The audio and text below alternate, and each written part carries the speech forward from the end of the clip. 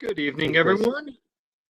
Oh, right before Yeah. we start, can I just, my wife has gotten herself into a pickle and she's kind of stranded on the side of the road and I need to go pick her up in about 10 minutes and I'll be back at around 8:20, Okay. 8:25. Okay, yeah, that's understood. Yeah, rescuing wives is always a good thing. So I'll be here for the first 10 and then I'll have to take off. Okay, thanks for letting us know. We'll just note in the record when you come and go, Yep. or go and come. Thanks for the heads up. Yep.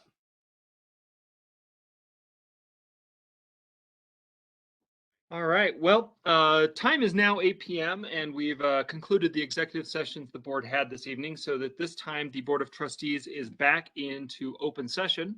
As we've been away for 10 minutes, Miranda, if you could call the roll again to see if everyone has returned from walking their dogs or whatever they're doing. Absolutely. Trustee Coombs Ismail I'm here.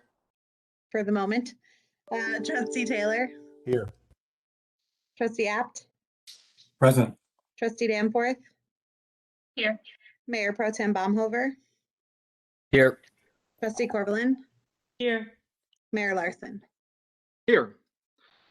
All right, thank you. And thank you to everyone who's joined us this evening. Apologize for the slightly late start, but we were tied up in an executive session, as I said. But we'll move right along into this evening's meeting, beginning with our consent agenda, which has a number of items on it this evening, most of which we've seen before. I do know that one of these items, the sixth item, is appointing someone to our Open Space Parks ProSab board. And unfortunately, Sam couldn't be here this evening, but I believe he has sent a video that Miranda is going to share. Yes, and I guess Mayor Larson, let me know if this does not work. Okay. Can you see that first and foremost? Yes, we can. Okay. Oh, I don't think I can. I was gonna say I was off to a good start, but I was hoping so, but I will send it to the board. Sam wrote a really wonderful letter, though, that outlines why he's interested. He's also been in attendance at the last 3 ProSab meetings. I don't know if Trustee Coombs Ismail, you wanted to add anything, but I do think he'll be a great addition to Sam has ProSab. been absolutely great at all the previous meetings and yeah, excited to work with him on the ProSab board. any board members have questions or comments about any of the other 8 or 7 items on the consent agenda? Or a motion? This is Trustee Taylor. I move to approve the consent agenda. I'll second. We have a motion and a second. Miranda? Trustee Taylor, Yes. Trustee Danforth, Yes. Trustee Apt, Yep. Trustee Coombs Ismail, Yes. Mayor Larson, Yes. Trustee Corvallin, Yes. Mayor Pro Tem Baumhover. Yes. Consent agenda is passed unanimously. Moving into public comment, we have a couple items in the packet, written public comment, but anyone who would like to speak right now is your opportunity. Those who have called in on their phones, I will remind you that if you've been muted, you'll have to hit *6 to unmute. But then please let us know on something that's not on the agenda.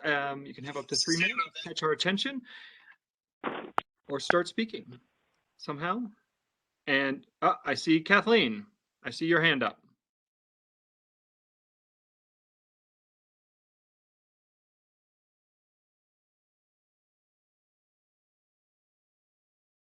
Kathleen?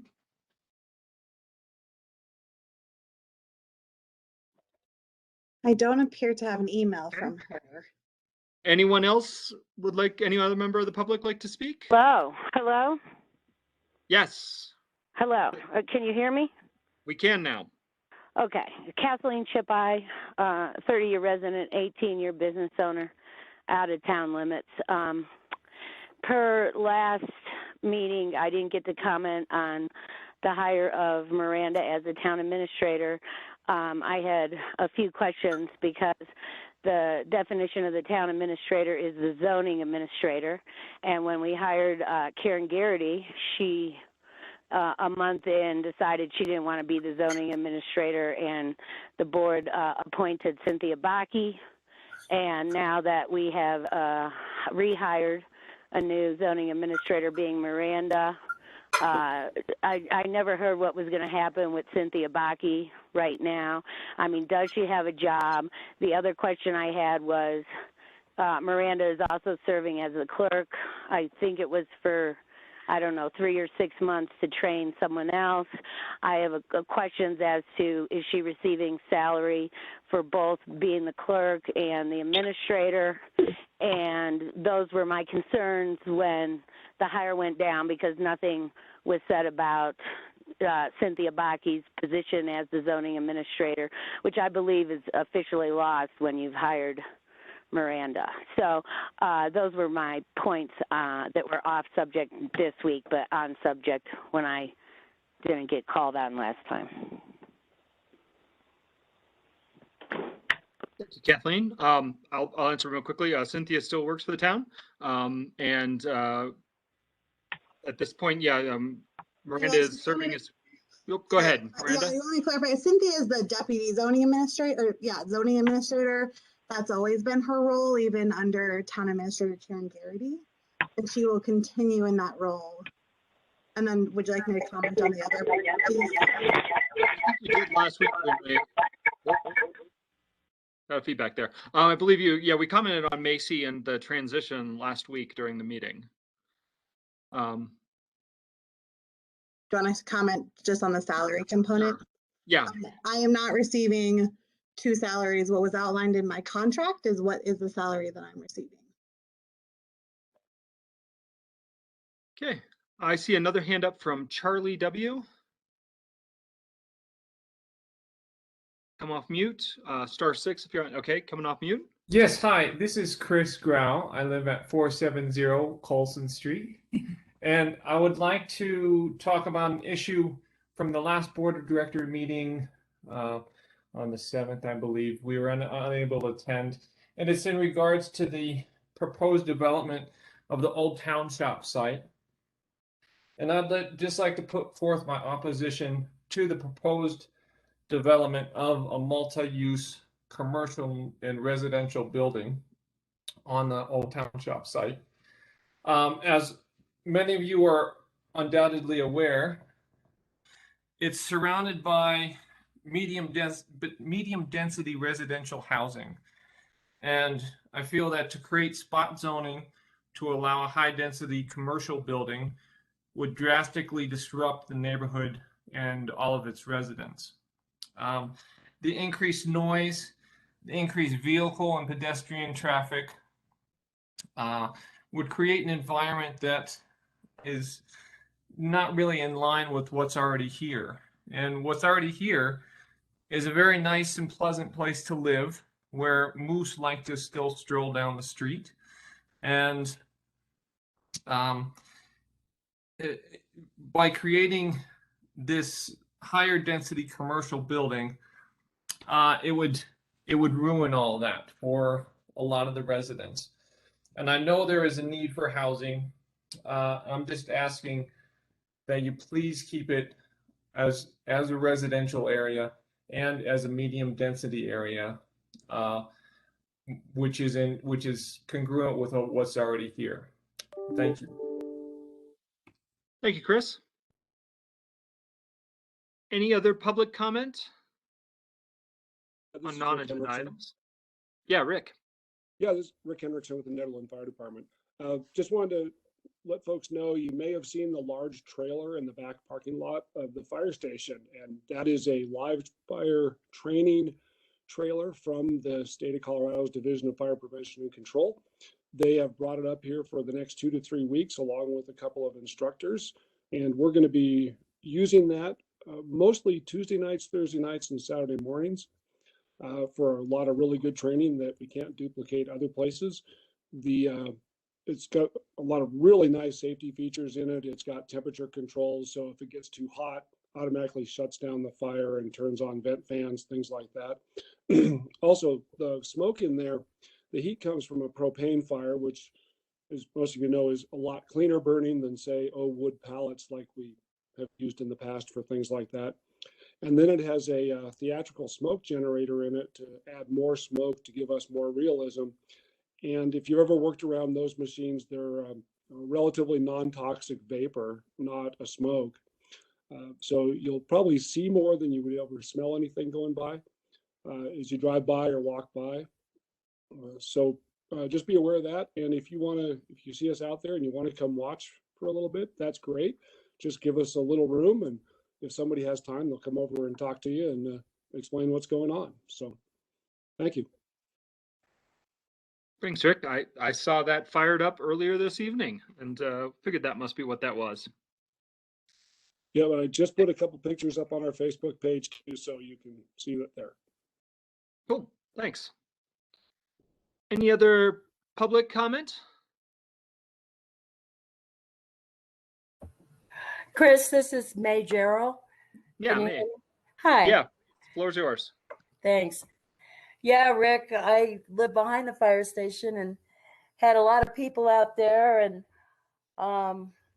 even though it is kind of disruptive to the neighborhood, we all appreciate what you guys do and how you get out there in the elements and at all hours. So big thank you to the fire department. And I wanted to follow up on Chris Grouch's comment about the Old Town Shop. I did send a letter to the trustees about my reactions to that meeting. I'm not able to stay up until 11 o'clock at night, so I wasn't able to comment at that time. And I wanted to hear the discussion, which I assumed was in the preliminary stages. So I saw that you were going to be discussing parks potential at tonight's meeting. And I certainly hope that there's not going to be a common knowledge thing going around town that, yeah, that's going to be the site of the new clinica. And I've raised some very serious concerns about the site. I am concerned that the town's going to be spending money like it did on the greenhouse project and some of the other stuff that was never really put to the public before it was embarked on as a journey and as a goal. So I hope that you'll continue to consider that location as a park location. And I just wanted to finish by saying that Jonathan said something at the last meeting about how we all need to move over once in a while and, you know, make room for the public good. And I agree with Jonathan. And I want to point out that those of us that live in Dyer's neighborhood have been living with a blight, which is the untended town shop site, which at this very moment has sinkholes forming. They're not being monitored. These packs of mountain bikers that come through, if somebody were to fall in that and break their neck, the town would be responsible. So I want to point out that our neighborhood has put up with the blight, and we welcome the fire department, but there's really a limit on, I think, on how much you can push. I know, Chris, you mentioned that site once as low-hanging fruit. And I just wanted to say that it may be that to you, but for those of us that have lived here a long time or a short time and invested our lives in our homes, you may have plans for the governor's mansion, Larson, but the rest of us, I think, are hoping to stay in the neighborhood. So, you know, maybe it would be good for your property value to have that site mitigated, but at the same time, it'll be incredibly disruptive to the neighborhood. I mean, we're talking probably hundreds of loads of material being moved. It's going to disrupt the material, and we don't know what the flow patterns are underneath that. Thank you. I know I've probably gone over my time. Thanks, Chris. Thanks, May. Anyone else? This is Charlie Allen. I'm at 198 Caribou Road, but our property goes on both sides of the creek, right across from Chris's place. And my family's had the place since 1958. And just wanted to echo Chris's comments that, I don't believe that belongs in that site. in our mountain neighborhood. That's all I had. Thank you. Thank you, Charlie. Anyone else?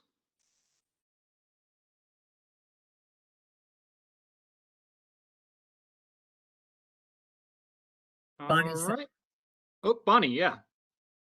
Bonnie Sands. I live at 350 Lakeview, and I've been a resident in Nederland for 3 years, but in the mountains around the area for 27.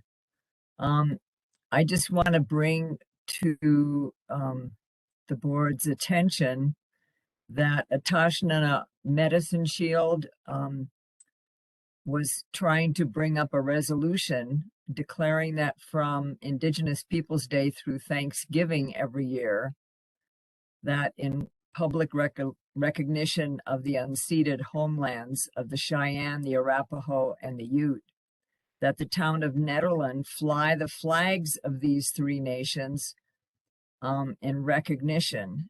And I just really appreciated her idea. And I would ask the board of directors, the trustees, excuse me, to consider that suggestion that she is making.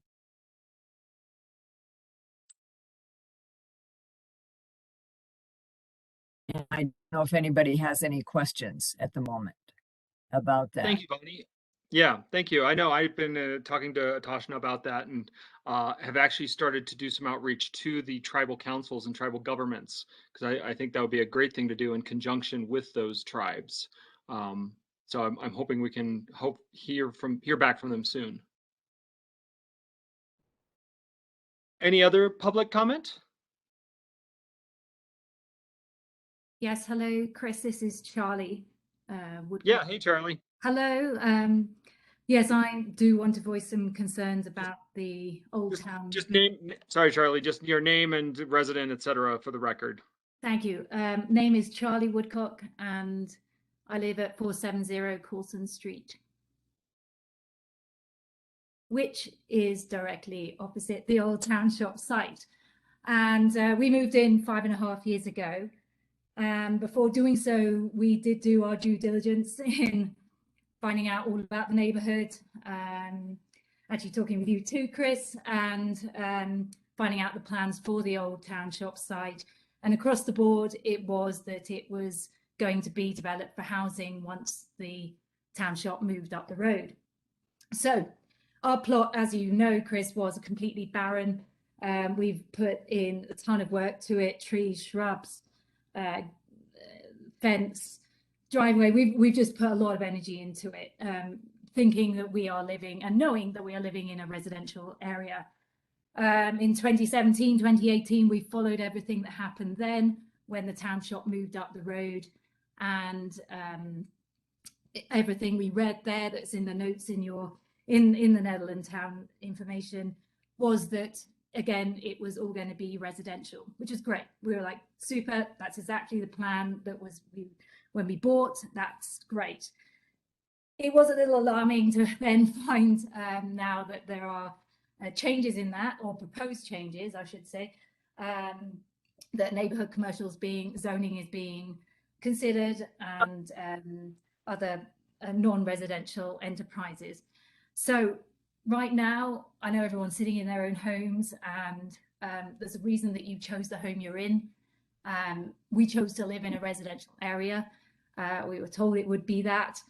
And so just a little disappointed and upset, quite frankly, that things are being considered that are non-residential. Housing is needed, and that's what we thought was going to be there. So my ask and appeal is that you put yourselves in our shoes, the board members, if you can, and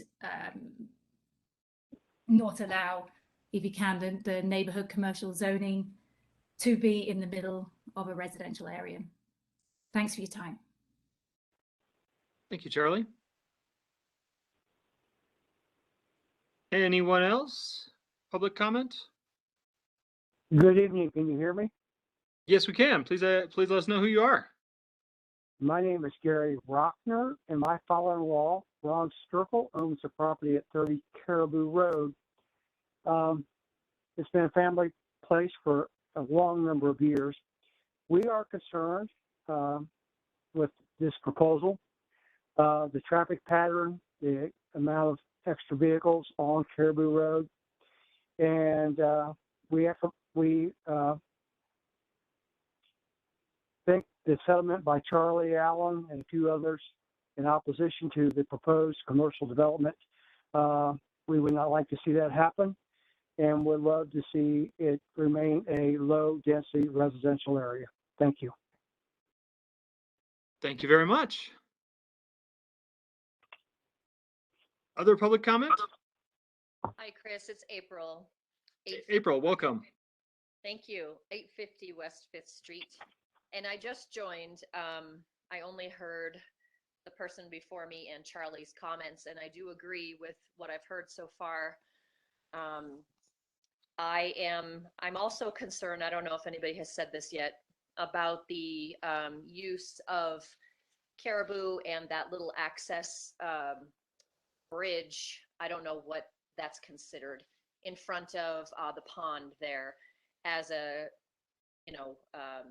coming and going area, because if we don't, I mean, it's just a lot of dust and dirt right now. That street sees a few cars a day just from the locals here, and we're talking about last time we talked, they said that they served 85 families a day or a week, 85 families a week. That's like, oh gosh, what is that? 10 times the amount of cars we're used to seeing.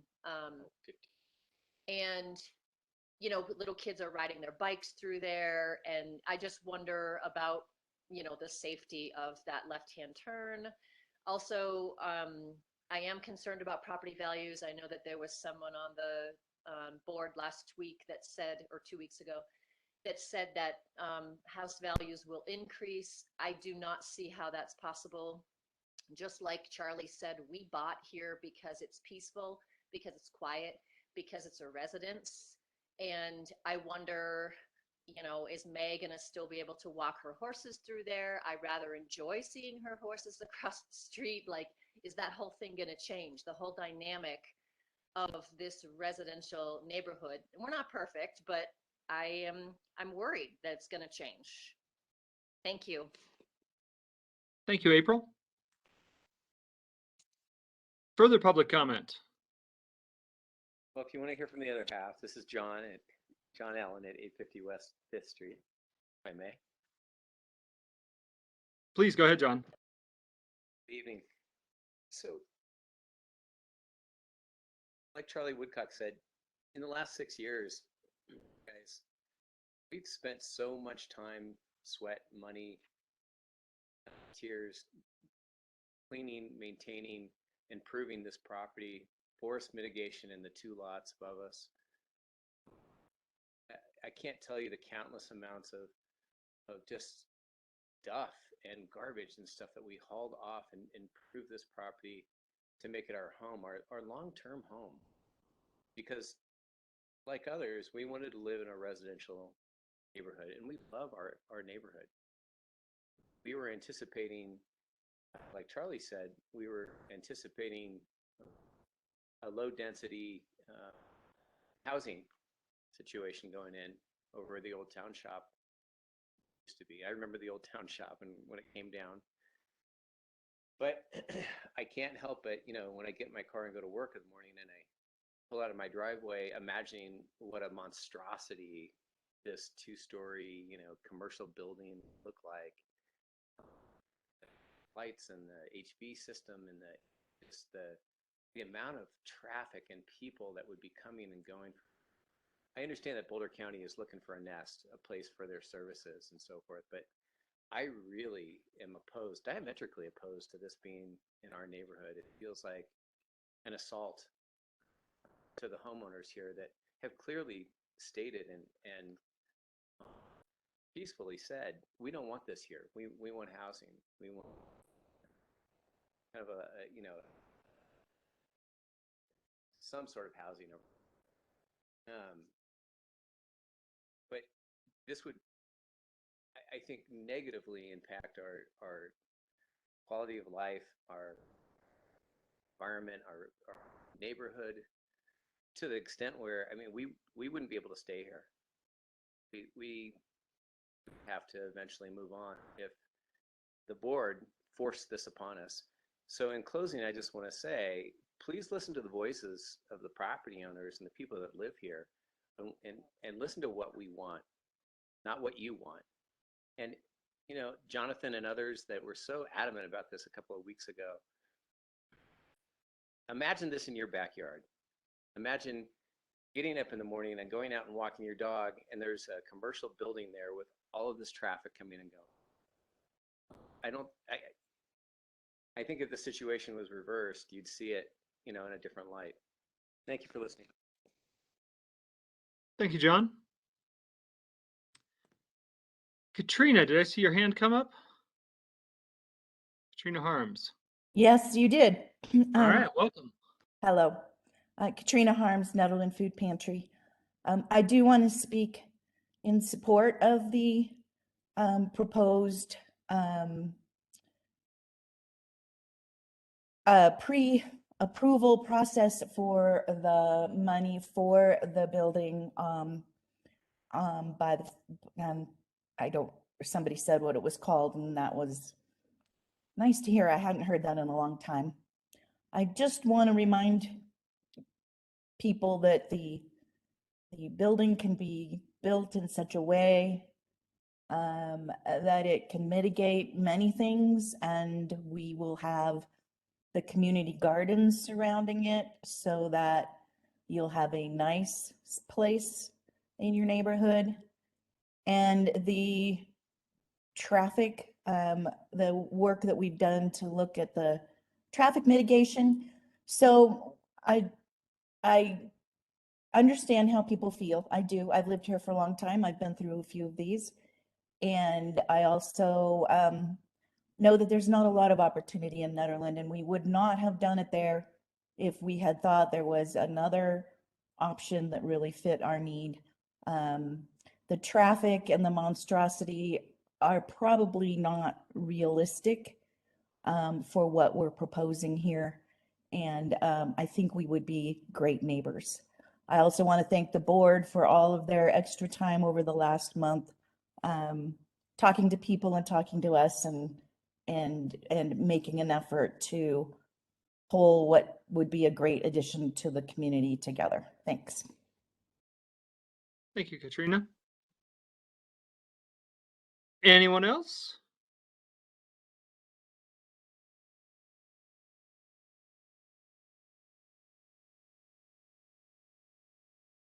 Not seeing or hearing anyone else, we will move forward into our informational items for this evening, which we have two. The first of which is... I wanted to speak still. Oh, I was sorry. trying to speak, sorry. Yep, no, please. My name's Donna Smith, and although I can appreciate I really think you should listen to the people that live in that neighborhood. That would really change that whole neighborhood. And it is an animal corridor coming down through there. And personally, I think it could be a park or something like that.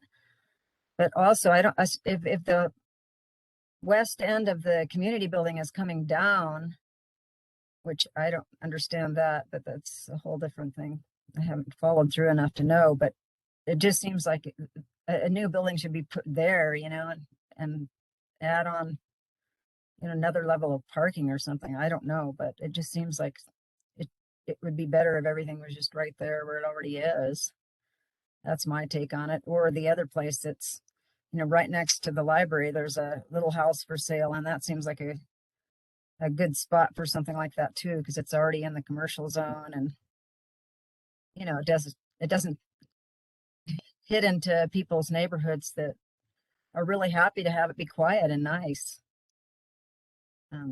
Still get our, you know, the needs met of having a clinic. You know, I don't know why we really need another clinic, except that Dr. Camarada is overloaded. You know, he could use another doctor over there, but a whole nother clinic, I don't know, it seems a little overkill in a lot of ways, but anyway, just my take on it. I just think it's a quiet neighborhood and people should be able to keep it a quiet neighborhood. So Thank you. that's my take. Thank you.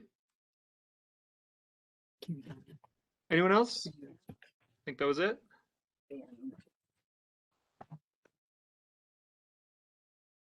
All right, then we will turn to our sustainability coordinator, Garrett, who's going to introduce the lessons learned from the Solarize Nederland program.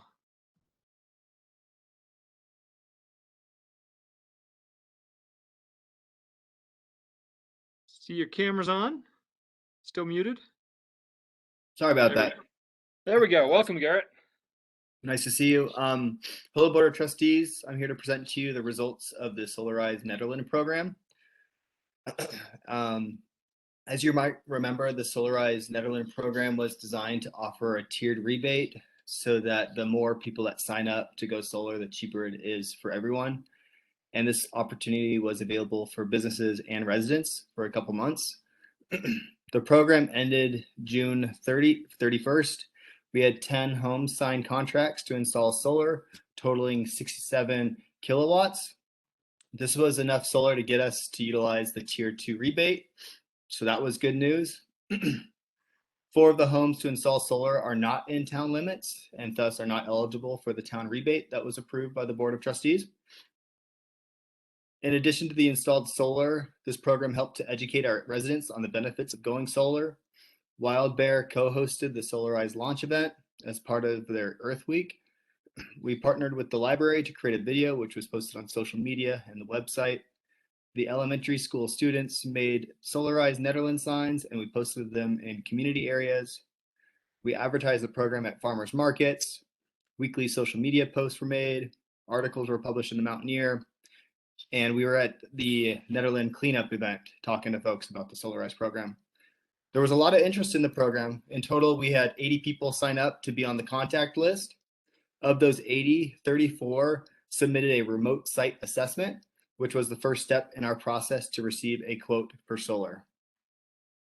The level of interest shown suggests this might be a suitable program to be offered annually. If we do this again, we would do things differently. In the RFP, we would highlight the community's interest in solar so bidders would better understand the work involved. Ideally, we would have more than 2 solar companies bid on the program. The sign-up period would be extended to at least 3 or 4 months.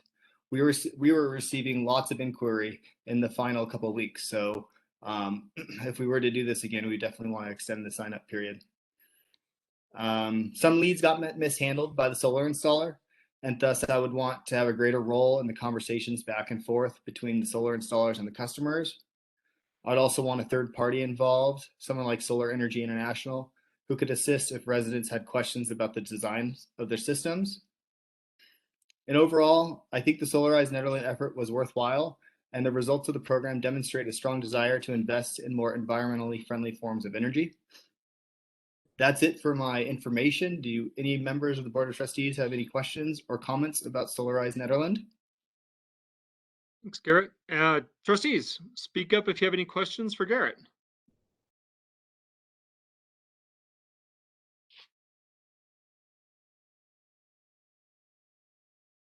Garrett, I just want to say thank you for the efforts. I think it's a great result. And just, it's too bad we dropped the solar vendor dropped the ball on a few interested parties at the end, but overall, great success. So thank you for your efforts. Thanks, Alan. Absolutely agreed. Thanks for the work. Do you think we'll try again, or are we looking for an additional, to bring it back next year? Or? Yeah, that's one of the things that we would need to discuss with the SAB. I spearheaded that effort primarily. My contract is up in March, so we would need to make sure that there would be staffing available to coordinate, because there is a fair bit of my time involved with that.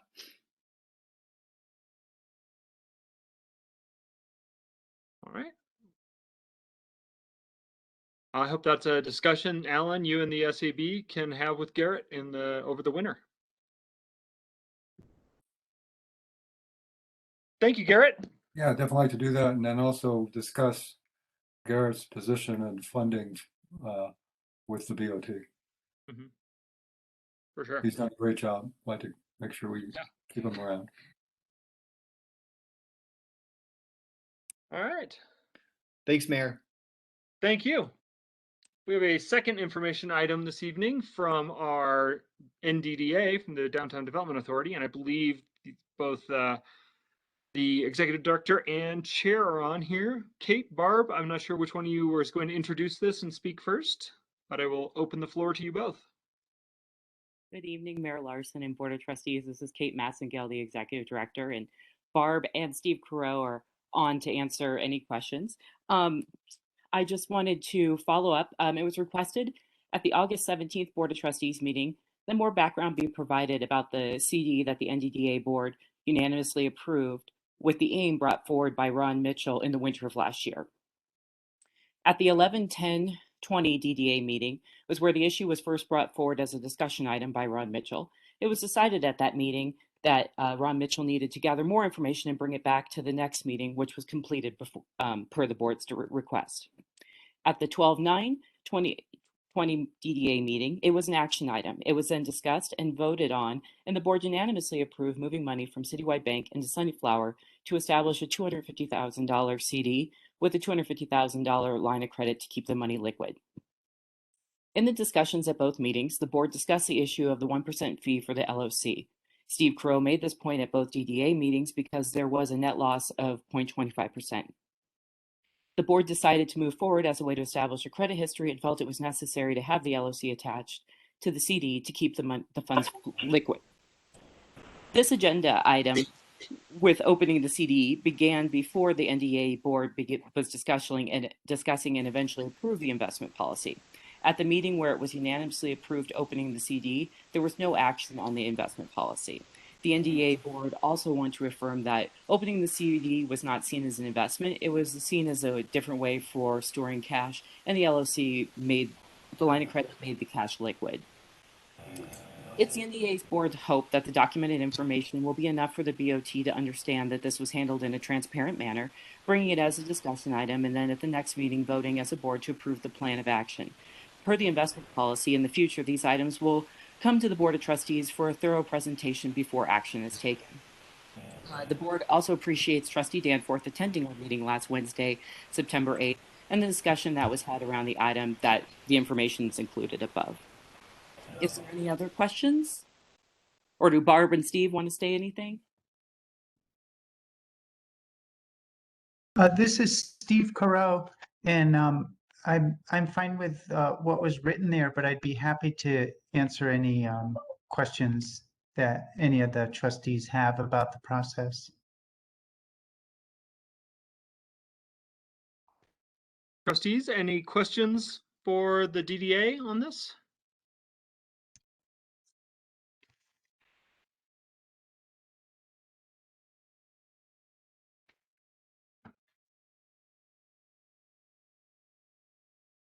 I'd like to know,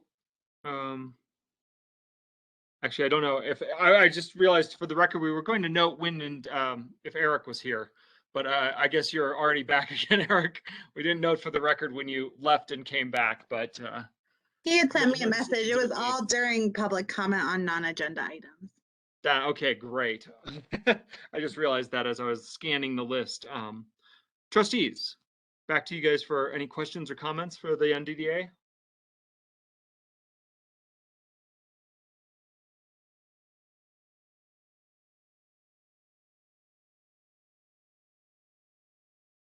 Not seeing or hearing any. Kate, Kate, Barb, Steve, thanks for the clarification. Personally, I still think, the investing these funds, public funds at a negative interest rate is probably not great optics at the time, in the time of a, pandemic and economic questions. But I think that's what kind of led to trying to push an investment policy decision, trying to just clarify and keep that above the board, because it does raise questions to me why this was necessary and why losing money was justifiable. but I appreciate you guys laying out the details on how the decision was made. And thanks for bringing it back to us this evening. Steve. Thank you, Yeah. Mayor Larson. This is Steve Kura. I just wanted to mention about what you just said. You know, in the short term, it's a negative. Like I had mentioned at both of our meetings, was a 0.25% loss. But going forward, it wouldn't be a 0.25% loss. It would be a 0.75% gain, as opposed to a 0.1% that we would have been earning over those 2 years had we not done it. So in the short term, I agree with you. It was a 0.25% that we paid in order to, you know, achieve what we wanted to achieve. And there were some various aspects too, as far as getting the FDIC insurance, because we peeled off $250,000, which is the limit of the FDIC insurance. And so we were able to bring that out of our pool of, you know, nearly 800,000 and get that FDIC insured during a very tumultuous market period as well. So, but anyway, I just wanted to comment on the, you know, the negative percentage was in the short term. And as it goes forward, past that 1 year mark, it will be a huge increase over the 0.1% that we were earning in cash in the Citywide Bank account that we held that cash. So just to clarify that point. Yeah, thank you. Thank you for that. Sure. Any other trustees?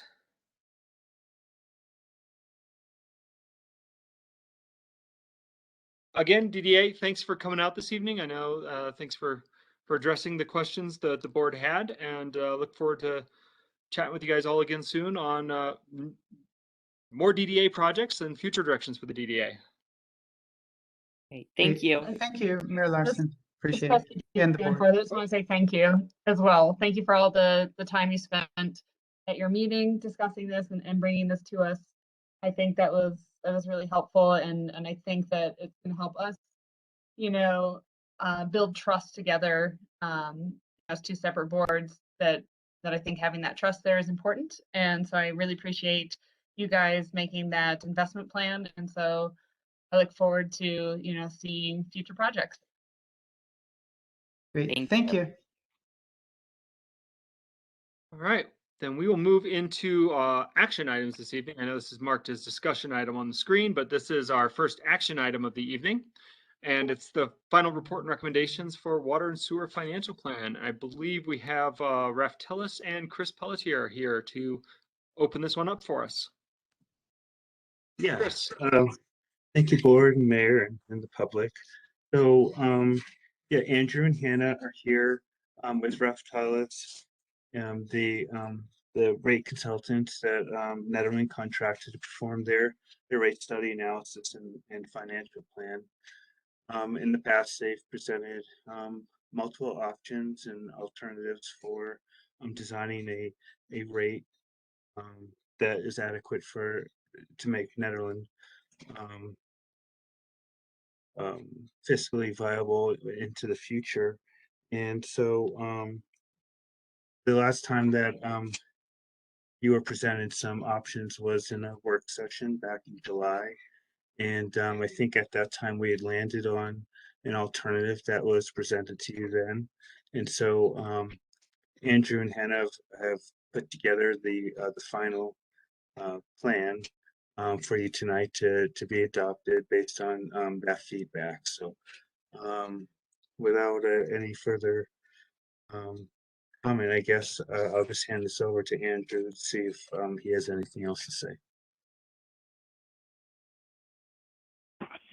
Thanks, Chris. And included within the packet was really similar information that was presented in the previous meeting, as Chris indicated, as well as the report and recommendations based on the direction we received back in July. So while, you know, we're going to represent the same items, we just wanted to kind of refresh everybody with kind of some of the questions, the decisions, the direction we received, and ultimately what we understand to be, you know, kind of the preferred alternatives, and is documented within the report. Essentially our proposed findings, and tied into 2022 in the budget, for, moving forward, assuming that's the direction that's provided. Next slide, please.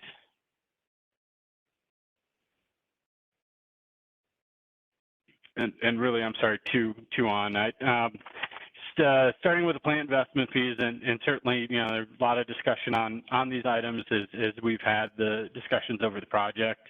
We're just initially, we calculated the maximum supportable fees as we see here, compared against the current fees as they increase by meter size. Next slide, please.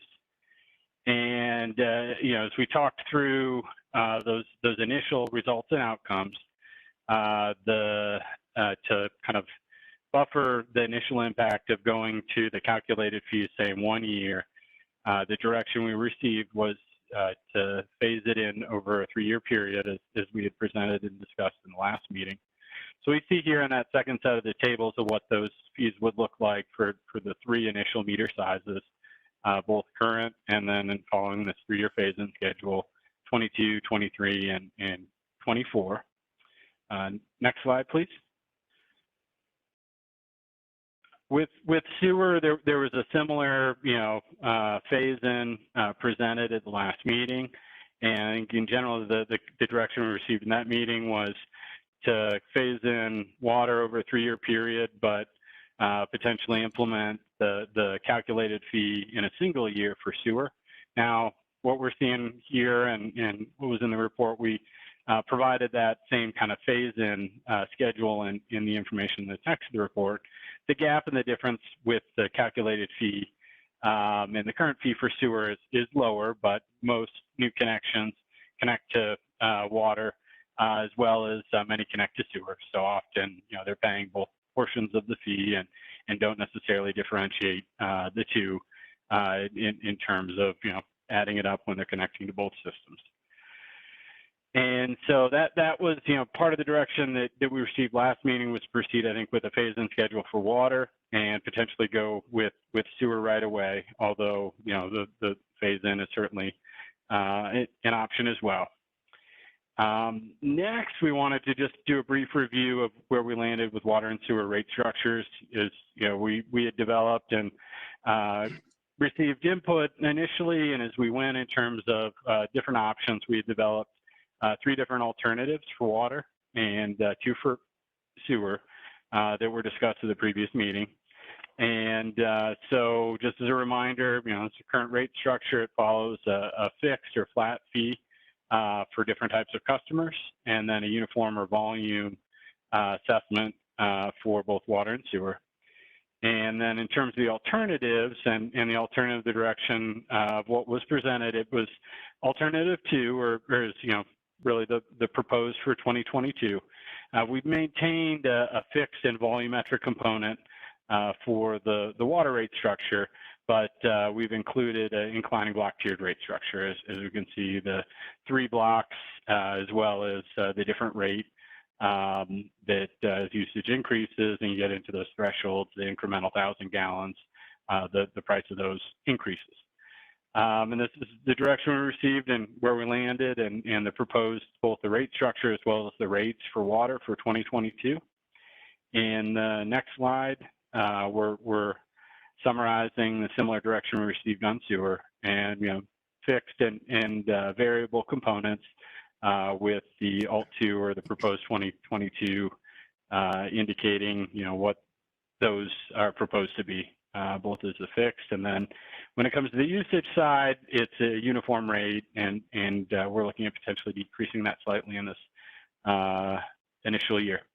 And so with that, just a bit of a refresh, a reminder, just the big picture outcomes, and then certainly the report itself. And so we're here, to as Chris indicated, receive potential direction to finalize things and move forward with, rates and kind of in the budget timeline and potential implementation starting in 2022, but also additional questions, comments from the board as well. So I'll turn it back to, sorry, go ahead. Thank you, Andrew. I was going to say thank you for that. Looked like there's a very good summary of the discussions we'd had at the last meeting, and it looks like the numbers haven't really changed any since that last time we looked at those and selected the rate structures. So thank you for that. Trustees, do you have any questions? We're going to go questions or comments for Andrew or Chris on the rate study. And I'll just go down the list here this time, starting with Alan, Trustee Apt. Yeah, whoops. I don't have any questions. Looks pretty similar to what we saw last time. Okay. Eric? Yeah, everything looks pretty much like we talked about before, and I don't have any questions about that. I think the structure is the right structure to use. I remain concerned about the numbers themselves. The structure makes sense to me, but the numbers themselves still seem high, and that's where I continue to be concerned. Okay. Julian? I agree with Trustee Coombs, Esmail. The numbers seem higher than I would like, but I am having difficulty arguing with the mathematics. So I think this looks good. I thought the detail was very good, and we have a lot to work with from this. Lindsay? I don't have any questions at this time.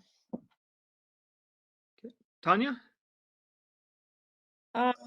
I had one question. I was just curious, like if somebody built an apartment above like a garage and used the water line that was already coming to the house, would that require a PIF fee? I'm just curious. If it's a separate structure. Separate. Per Netherlands code, one line, one structure.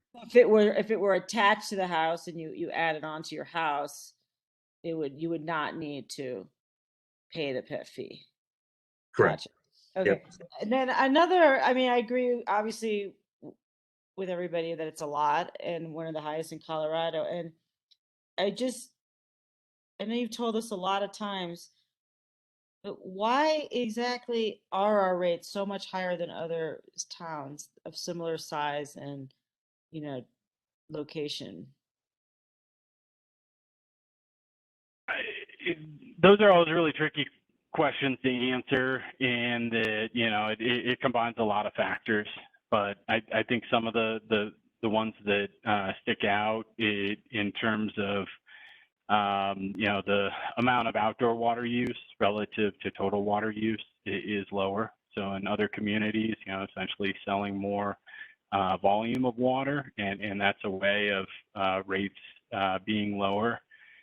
Density is certainly another issue, and I think number of customers per segment of line just generally, and I think that's, as we've talked about and have learned, that's a more significant issue on the sewer side.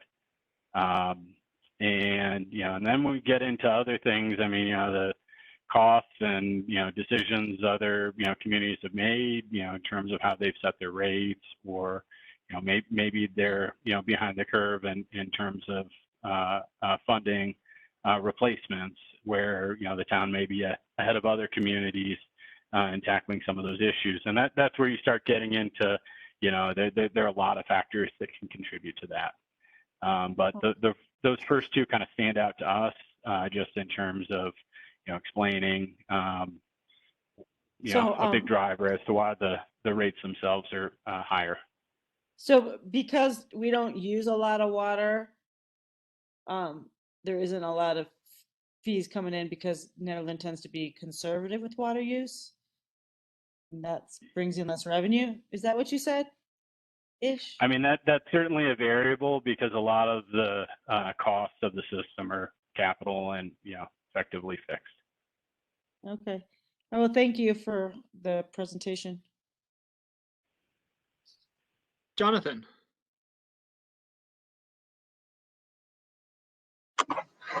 Yeah, I really don't have any questions, so to speak. I guess I would echo what Trustee Combs Ismail and Trustee Taylor said that I'm uncomfortable with the numbers.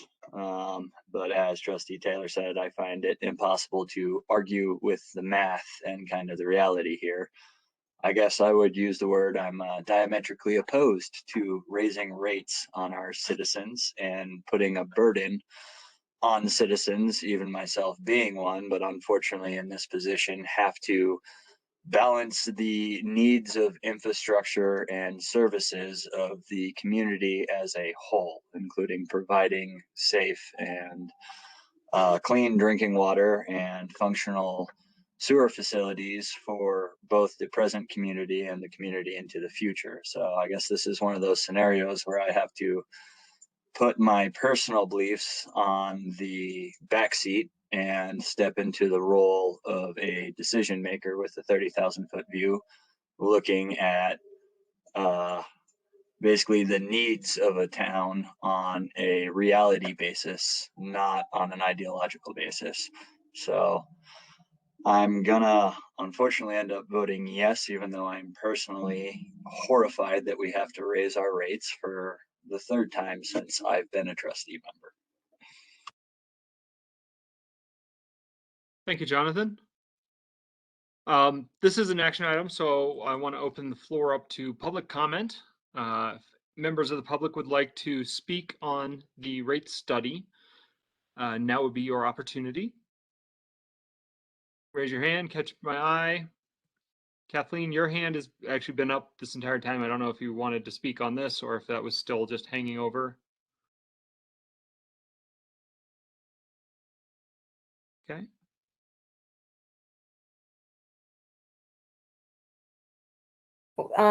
May Gerald here, Nederland resident. Can you hear me?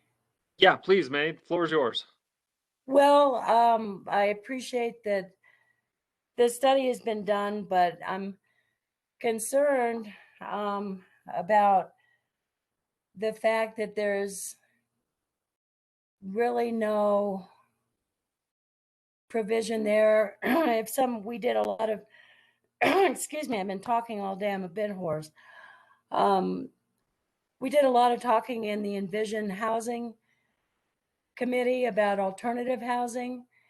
And I guess what I would like to see happen is there be some discussion, and I don't know whether this is the time for it, about how small building projects will be handled, similar to what Tanya was talking about, but instead of an apartment, say, you're going to build, for example, the Hobbit house that Sheila and her husband, Ed Broniger, were talking about at the last meeting. They're going to get their own water, but it may well be they build that home for less than the tap fee would be when they finally get around to building it, whenever it is, if it's in a couple years. So I've thought about putting an alternative home for a low income type housing on my lot there on Colson Street. And I've been discussing this with Chris Beltier for a while, and I know we exchanged some emails for a while, and I thought maybe there was going to be some movement on something official about how can we encourage. I see nothing in this rate study that encourages small usage, small projects. And again, I'm not sure this is the place you're going to discuss that, but I think it's pertinent. The other question I have is, has there been any discussion ever about, is there a point where we're going to limit the number of taps that are offered? I'd like to get feedback on that if I could, please. Thank you. Thank you, May. Anyone else from the public want to speak before we return and address any of that?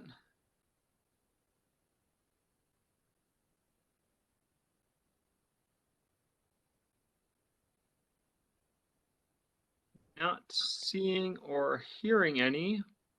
We'll bring it back to the board. I'll just say, May, I have not heard, I don't think we've had any discussion at any point about the idea of limiting the number of taps, at least not in any of the years I've been on this board. And I don't think, it hasn't been something that's come up yet, but maybe, it's always something that if there's enough board support, we could address, but it has not yet come up. I mean, Thank you for that answer. Mm-hmm. Can I have a quick comment, Chris? Oh, sorry. Go ahead, Jonathan. Or? I guess my perspective would just be the number of taps would be the number of available. Jonathan, we can't hear you. Yeah, Jonathan, something's wrong with your mic. Interesting.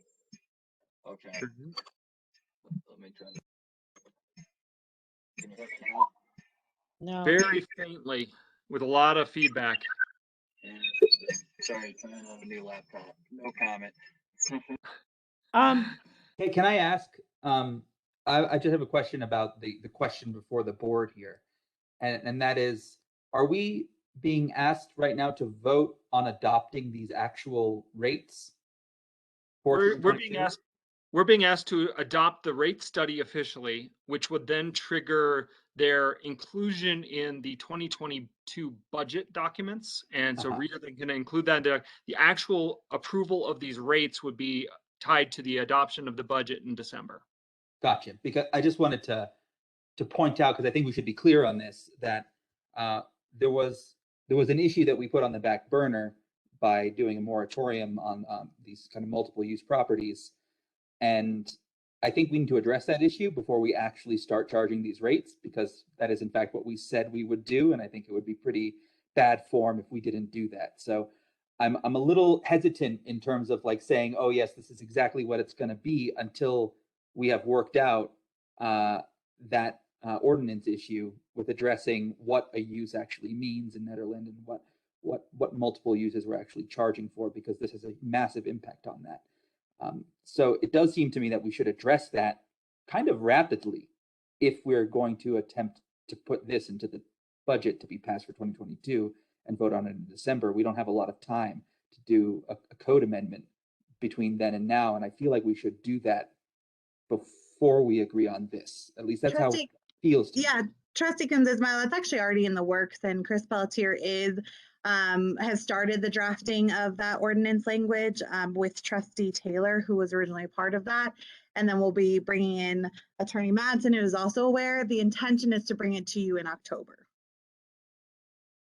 And in that case, is there any particular reason why we need to vote on this particular thing now and not just once that is done? I think the hope and desire is obviously to guide Rita and making sure that these are the numbers we're including in the board packet, or excuse me, the budget. And so I guess if the Board of Trustees understands that's how we'll move forward, we could delay. I think it would be great to have a formal record, a vote on record at some point that this study is adopted. But I don't know, Chris, if you have other feedback, but I guess it could be pushed out. We had originally at a previous board meeting, when we first were having these discussions, I think it was back in November, that we would wait until the rate study was completed and then fix the base fee issue. And so we did work back and forth on some language for the base fees, and but that's been sort of in the background. And then we've wanted to solidify the rate study first. And after rate study's been passed, was my understanding, we'd bring back the ordinance to you guys for approval and put a pin in it. So that was my understanding. That's why we're in this order right now.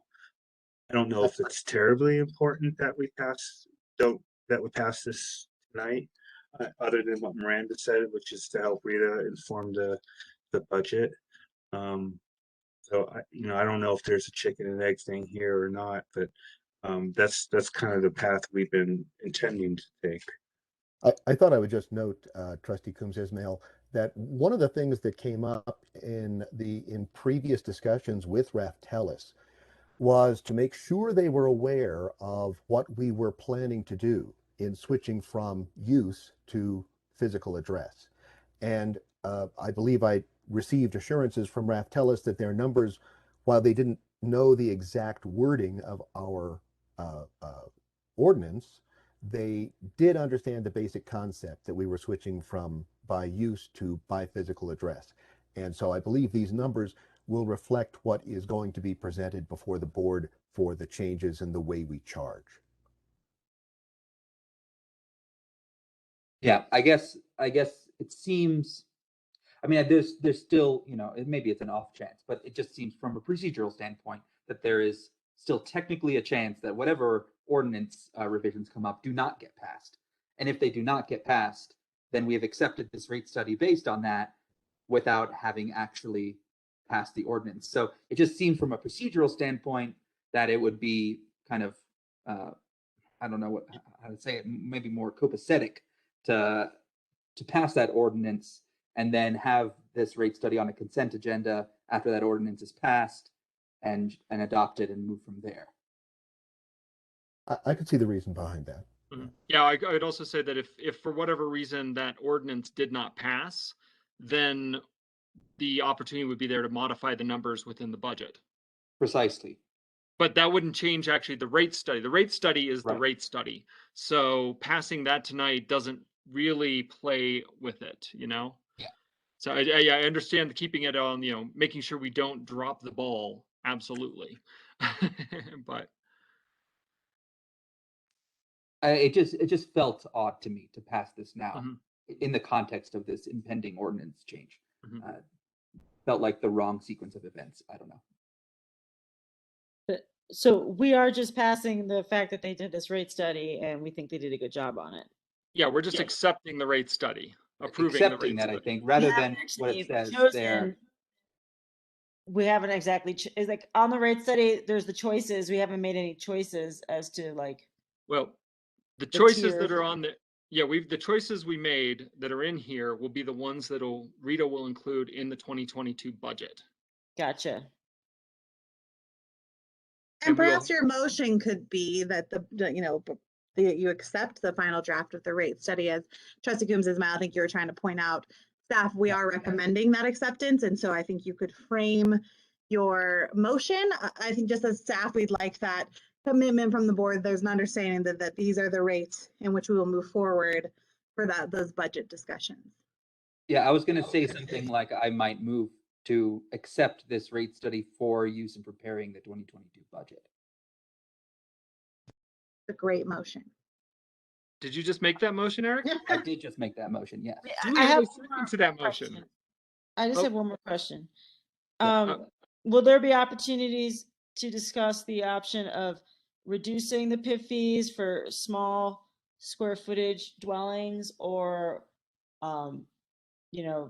developers who are going to do workforce housing or things like that as incentives for people That to would create affordable housing? Yeah, that would be an additional policy discussion Right. that Okay. would be outside of the scope of like the budget or, or even the acceptance of the rate study. The rate study is telling us what we need to keep everything functioning. Gotcha. And And then, later so we if we could wanted to do use some- that tool, that would be a policy discussion we could address as a board. Okay, thanks. We have a motion on the table. Do we have a second to Eric's motion? I second. Final comments, questions? Miranda, please call the vote. Mayor Larson, Yes. Trustee Coombs Ismail, Yes. Trustee Danforth, Yes. Trustee Taylor, Yes. Mayor Pro Tem Baumhover. Yes. Can you hear me now? Yep. Yep. Trustee Corvin, Yes. Trustee Apt. Yes. All right, motion passes. Andrew, thank you. Thank you for presenting again to us this evening. Bring it back. Thank you, Chris. And we'll see these numbers again in our budget. Thank you. Thank you. All right, moving on to our second action item of this evening, which is one that we were going to do last week, but ran out of time, which is Ordinance 819 and 822 regarding marijuana modifications to the marijuana zoning and licensing sections. I believe Jennifer Madsen is going to be introducing these two items for us this evening. Good evening, Mayor, members of the Board of Trustees, Jennifer Madsen, Town Attorney. And before you tonight are two ordinances, Ordinance 819 and Ordinance 822. These ordinances were before the Board of Trustees on August 3rd as discussion items. These ordinances are a product of work by a planning committee subcommission, planning commission subcommittee. And that subcommittee was tasked with reviewing zoning limitations for certain marijuana businesses. It was in particular product manufacturing, testing, cultivation, marijuana business licenses, and then on the medical side, infused product facility and optimal premises for cultivation. None of these licenses sell directly to consumers. And the subcommittee recommended that in order to operate these marijuana license types, they should be approved through a special review use process. The subcommittee also recommended that these license types be spaced by a 500-foot distance requirement. Those recommendations were brought to the Planning Commission. The Planning Commission agreed with the recommendations and requested that ordinances be drafted. So Ordinance 819 incorporates these changes into the marijuana licensing section and also then the use group table in Chapter 16. Ordinance 822 incorporates these changes into the medical marijuana licensing section. One additional note to mention is that Ordinance 819, which has the use group table, also takes out the forestry zone district, which there are no properties in Nederland in that forestry zone district. One thing to note is that based on the discussion from the August 3rd meeting, there was additional changes that were made for retail marijuana and medical marijuana centers. And in the neighborhood commercial zone districts, those were changed to also require special review use process and approval. So that is an overview of the ordinance. Trustee Taylor was a member of the Planning Commission subcommittee, and myself and Trustee Taylor can answer questions. Jennifer, I actually have a quick question. And I'm wondering, it's a procedural question. I noticed that in the document, Medical Marijuana Center has both Y and R crossed out. Is that a correction that I should make with a move to amend if we approve? Or should I just say, let's do that, let's fix that? Let me look at the Under actual. neighborhood So commercial. it's more a procedural question than anything else. Well, can I pull up the ordinance 819? Absolutely. Well, I'll And leave it that to Miranda. is, which one is Maybe it? I'm misreading it. It's down in the third, on the third page of use boxes, the table.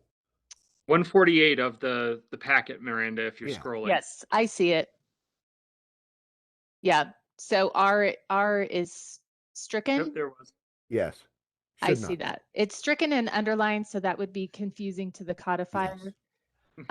So yes, that should be corrected. Would you prefer a move to amend, or is this discussion significant? Will this discussion suffice? I think you can even just say with your motion, it would be with the clarification that. Got it. I will do that. Okay. We will just have to remember to do that with the motion. I will make the motion. I was gonna say, I think Julian's on tap to make that motion. Because he caught that. Yeah. Julian, did you have anything else you wanted to add, or any other questions or? No, Jennifer summed it up just fine. All The, right. the one thing I will add is that our interest was in assuring that the town is very friendly toward the marijuana industry, but that we would like to avoid everything being marijuana industry. And I'll remind everyone that this all started when we decided to limit the number of retail establishments. And we asked the question, should we limit the number of manufacturing establishments? And our decision was to say no. Instead, we will use zoning law to manage that appropriately. So when the trustees are thinking this through, they should be thinking it through in terms of, does this effectively do what we were hoping to do by not specifically limiting the number of marijuana manufacturing facilities, but by certainly making sure they are distributed fairly with other possible industrial operations. Now I'm done. Well, thank you. Questions for Julian or for Jennifer? Tanya?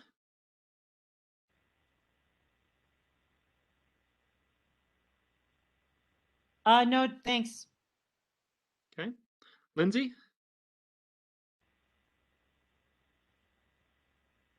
I don't have any questions at this time, but I just wanted to thank Julian and Jennifer and everybody who was part of that task force for going through everything and making these changes. I really appreciate that.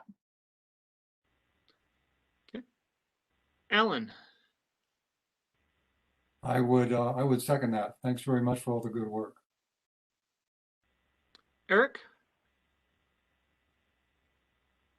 I did have a couple of questions. I think this is a very elegant way of doing it, although it does, the idea of a lot of SRUs coming up is maybe less desirable from the standpoint of a BOT member, but I suppose this is a good way of trying to manage these potential operations. I had a question about the way that distances are calculated, and I think this is just maybe a more general question. Is it standard or common practice to use the entrances to the structures rather than the closest point between the two structures as the place from which you would measure 100 or 400 feet or whatever it might be? I guess that's for Attorney Madsen. Yeah. I don't know that it's a standard way to do it. It's a way that specifies specifically how the distance is calculated. And so it's, it takes out some of the argument as to how do we calculate that distance. And it couldn't just be a straight line between the closest point of each property? Wouldn't that be specific as well? It would be, yes. Yeah. Different ways to do it. Yeah, I will note that my original proposal for this was very geometrical, and Commissioner Reese was very averse to math in this. And he has a point in that the more complicated the math, the more possibilities there are for error. And so when I saw Attorney Madsen's write-up using the entrances, I thought, okay, there's a little math, but not enough math that it'll get confusing. So that was part of what went Right. in. So technically, a building could be 100 feet long, and it could have its entrance on the other side, and so it would actually be next door.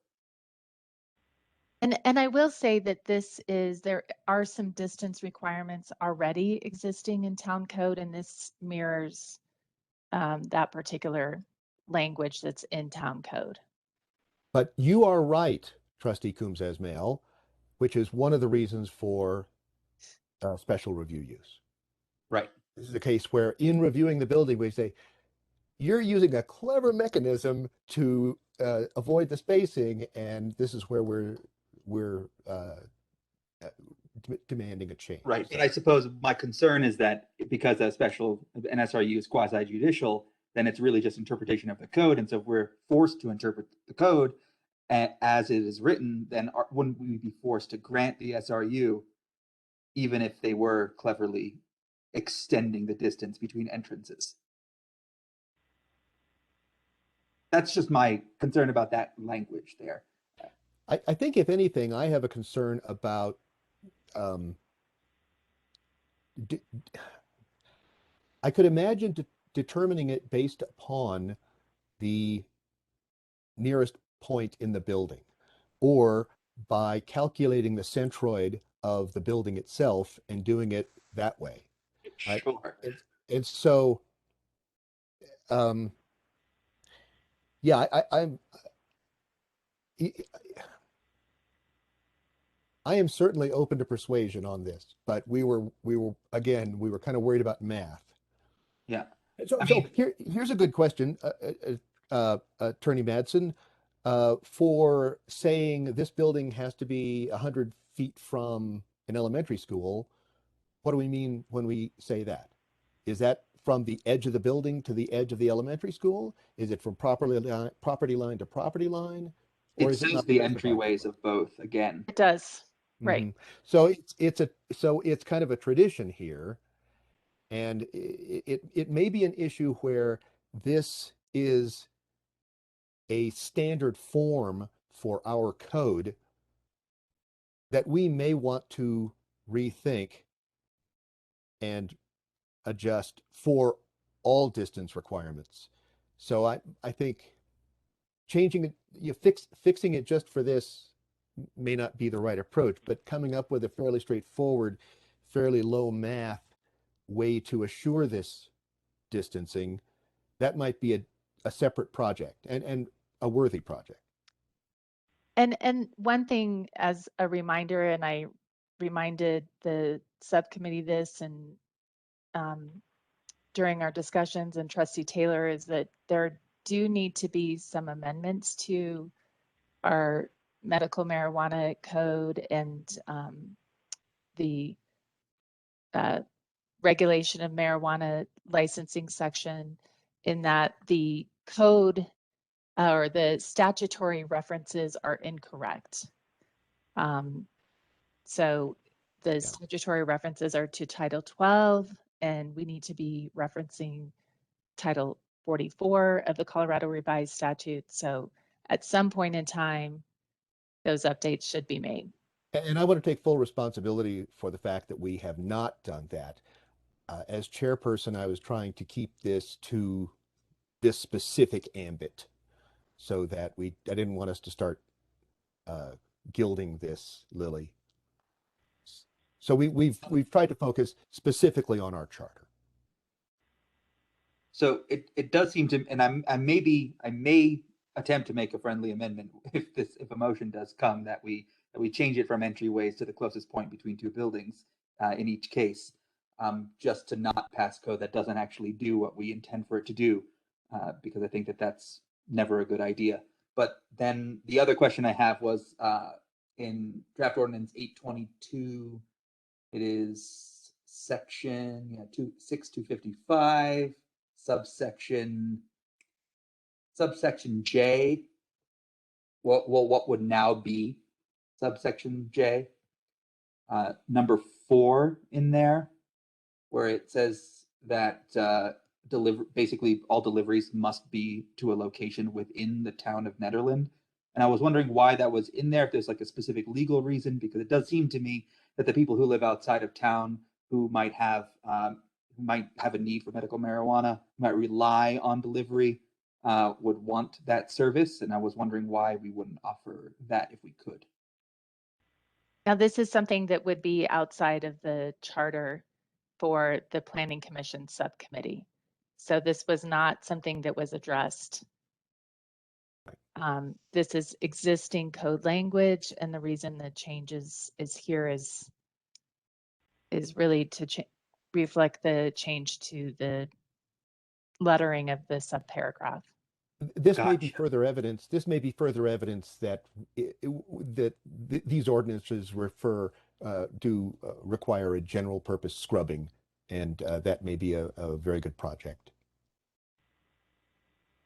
Got it. That it, Eric, or is that your question? Your question? That's it from me. All right. Mayor Pro Tem Baumhofer, you're up.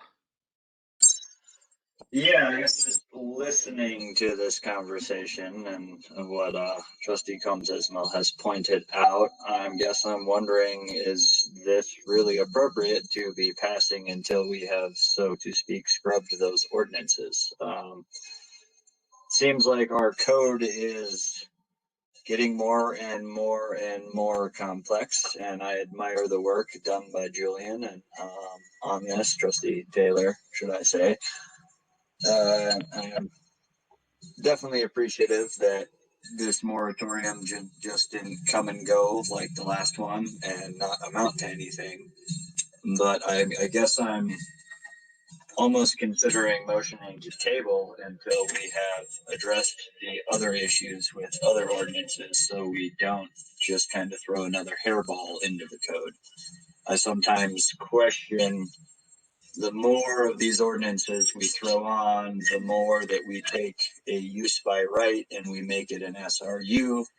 And if it's a special review, then why do we even have it in our code book and call it a use by right? Because it's not a use by right if it requires a special review. So I guess I'm a little concerned with muddying the waters, so to speak, until we have actually addressed all aspects of code that this could affect, and then bring it all together as one packet if we are going to do that. I guess the question there then becomes, what happens with the moratorium and what happens in the interim? Sorry, sorry, Jonathan. If we see us making faces, it's your mic is still doing some very high-pitched squealing. We're not making faces at your comments, as your audio is still a little wonky. But Julian? So I agree with you completely, Mayor Pro Tem Baumhofer. That we have some issues with this code, there's no doubt about that. I would like to suggest that if we do not believe that these changes have introduced new error, then it will be easier for us to approve this as is, not fixing certain things, but not introducing new error, and then deal with the other cleanup later. And part of it is because I would like to get this done under the deadline. And I think, and I honestly believe that we are not introducing new error.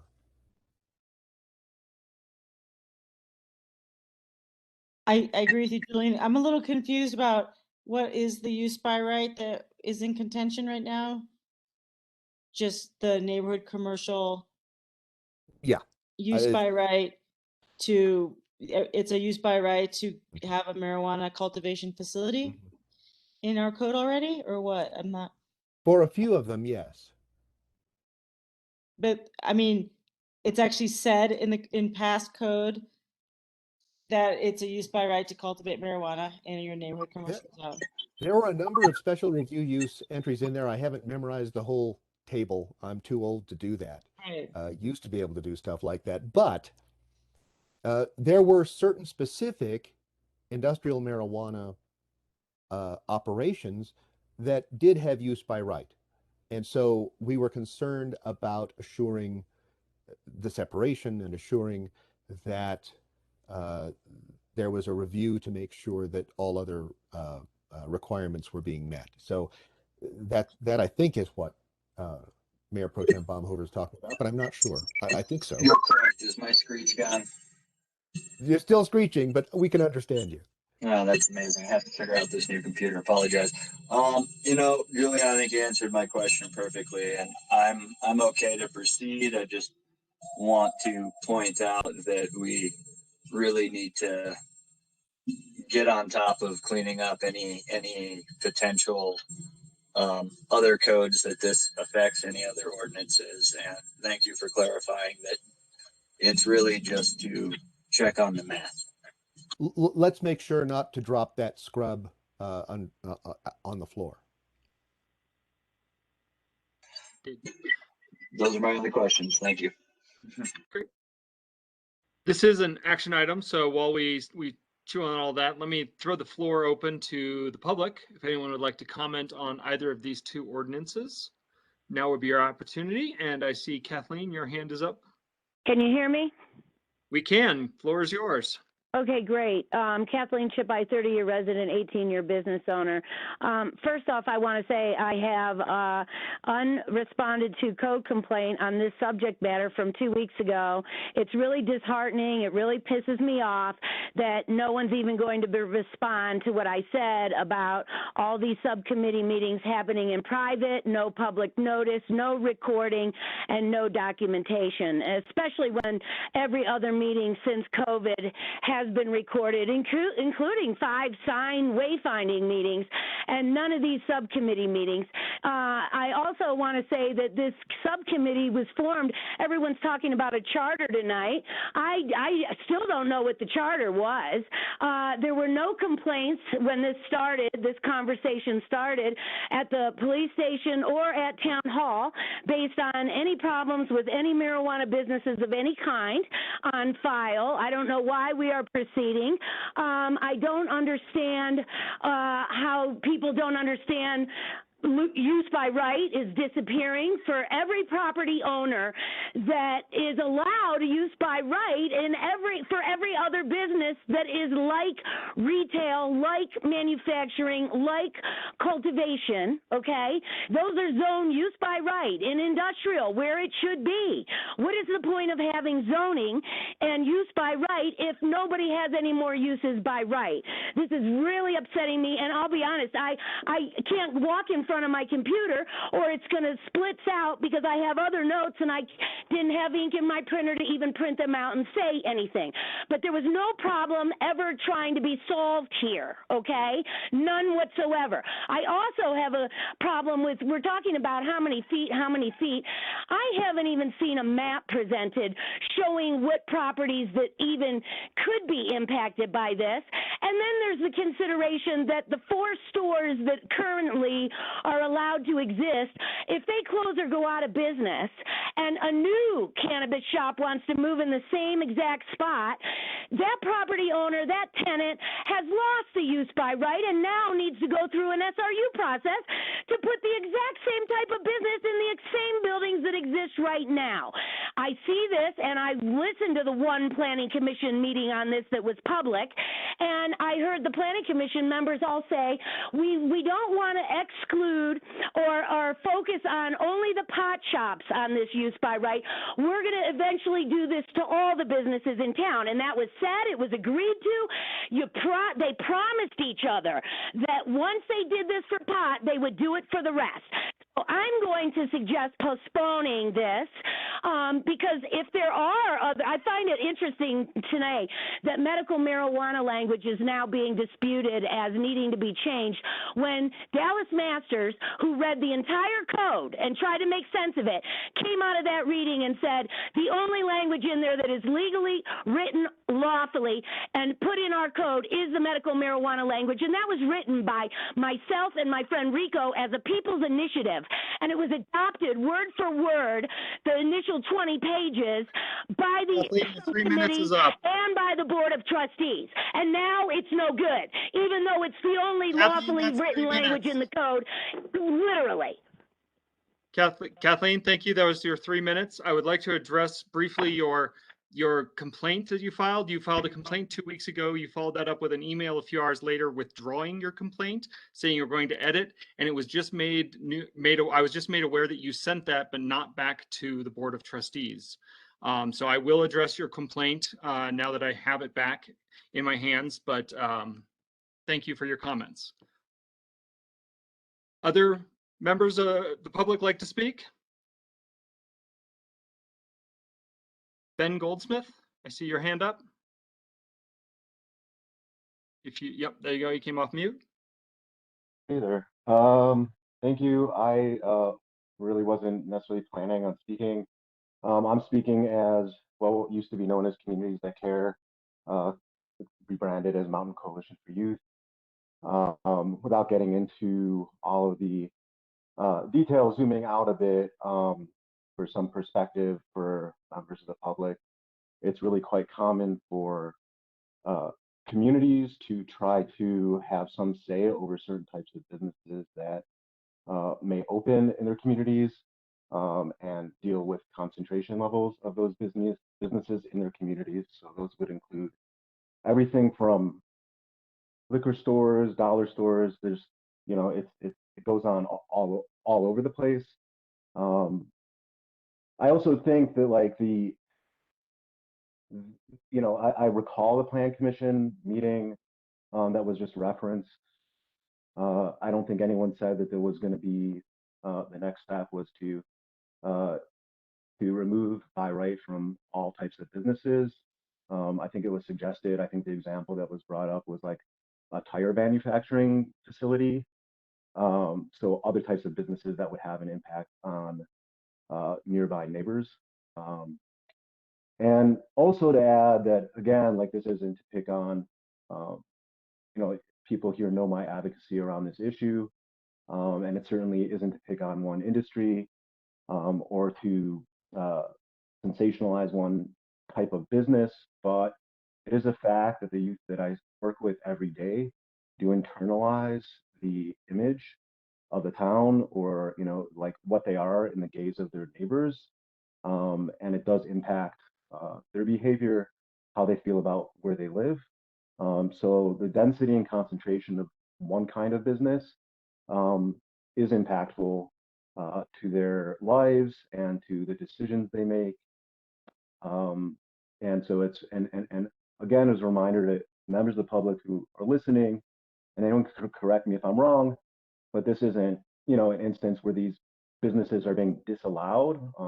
The review process simply gives the community a chance to weigh in.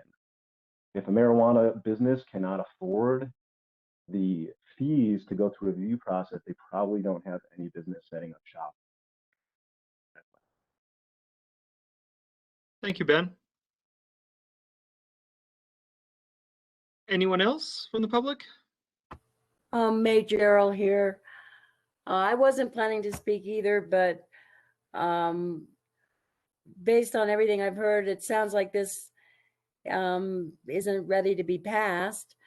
And I'm concerned that Kathleen's assertion that these meetings haven't been public, I think that's serious. And I also agree with her that we should be careful about making a whole list of rules for cannabis businesses distinct from other businesses. And to Ben's comments, I would just say that during some of the parts of the meeting that I wasn't tracking, especially, I was reading through some of the packet and seeing that there are fake OxyContin pills with fentanyl in them circulating Boulder County. And I was a marijuana advocate for many years and did a radio show on it for 10 years from 1993. And personally, I'd rather that our town had a reputation for pot smokers and for pot than for heroin, fentanyl, and meth. So I just caution the town to overly react. Industrial uses, yes. You know, large fans and that kind of thing can be very distressing. And anybody that's using any kind of flames obviously needs to do extracts or whatever. But I just think you're going to have to work on this some more from everything I've heard. Thank you. Thank you, May. You know, I'm sorry, isn't that what we're talking about? Industrial use, cultivation and creation and extraction and all that? We're not really talking about retail, are we? We're not talking, yeah. Yeah, so it's what you were saying, Mary, or May. Okay, thanks for the clarification. I really wasn't tracking it that closely. Talking about the kind of cultivation and extraction industry side of it, not the retail side. And okay, my bad, I misunderstood. So like, for example, Kathleen's shop, which I think I heard her voicing a concern that she used to have a dispensary. If she wanted to open it up again, she'd have to go through an SRU. So I misread that, and I apologize for that misunderstanding. Thanks for that, Tanya. I might be wrong. I thought we were not talking about retail, but I might be wrong. Yeah, we're not talking about retail. So right, that's what I we're thought. not covering anything about dispensaries. Any other members of the public want to weigh in with their comments before we bring it back to the board?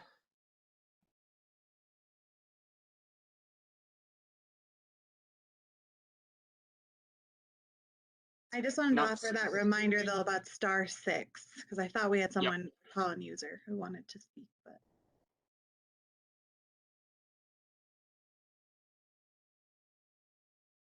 Bringing it back to the board. Yeah, further discussion amongst the board, or you can see on here, we do have two ordinances, so it will be two separate motions this evening, either way. So I will just open this up to board discussion or motions.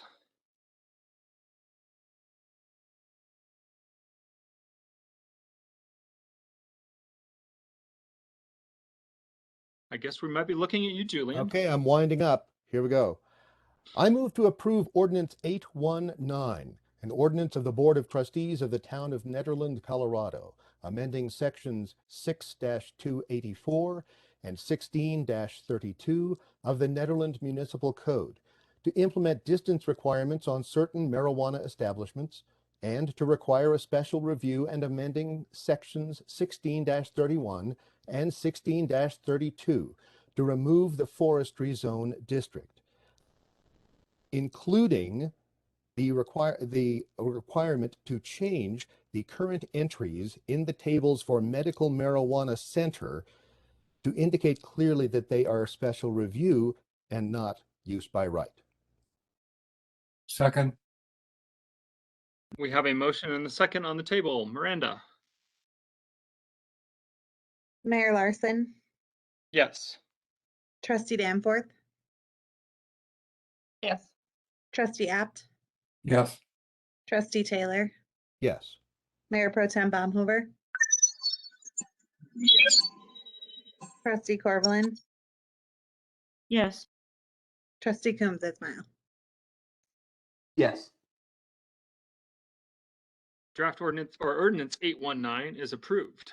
We are now looking at draft ordinance 822. Hearing no comments, I move to approve Ordinance 822, an ordinance of the Board of Trustees of the Town of Nederland, Colorado, amending Section 6-255 of the Nederland Municipal Code to implement distance requirements on certain marijuana establishments and to require a special review in certain zone districts. Second. We have a motion and a second. Miranda. Mayor Larson, Yes. Trustee Danforth, Yes. Trustee Apt, Yes. Trustee Taylor, Yes. Trustee Coombs Ismail, Yes. Mayor Pro Tem Baumhover, Yes. Trustee Corvallin. Yes. Motion passes. All right. Again, I want to echo what others have said. Julian, thank you for all the work you and the rest of the marijuana, subcommittee put in on this and all the other pieces. Great work. Thank you. Thank you.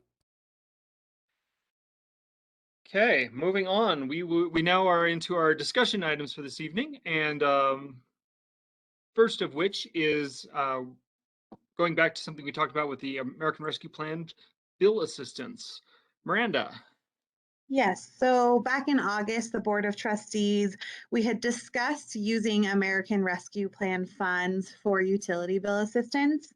And the board had asked that we bring back additional information specifically about the accounts in arrears and how long they've been in arrears, as well as how much is owed. And then also if EFA could help us with distributing funds if we were to say give them a lump sum for all bill assistance, not necessarily just utility.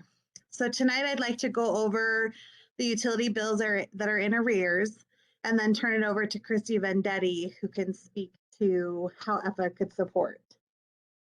So let me scroll to those pages here.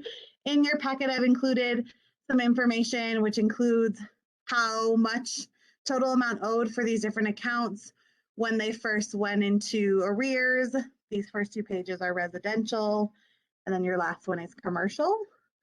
So you're looking at a total here of $30,890.13 if the town were to pay off both residential and commercial in its entirety.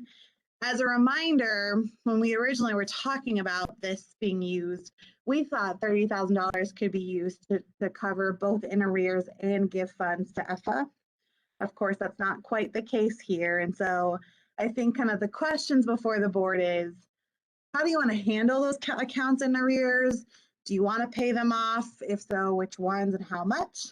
And then also, how do you want to work with EFA? Do you want to give them more than the original $30,000 that was discussed? And how would you like to see that structure work? So I know that was a quick overview. I'd really like to turn it over to Christy, though, to talk about how EFA can help just kind of on that broader scale. Christy, are you there? Yeah.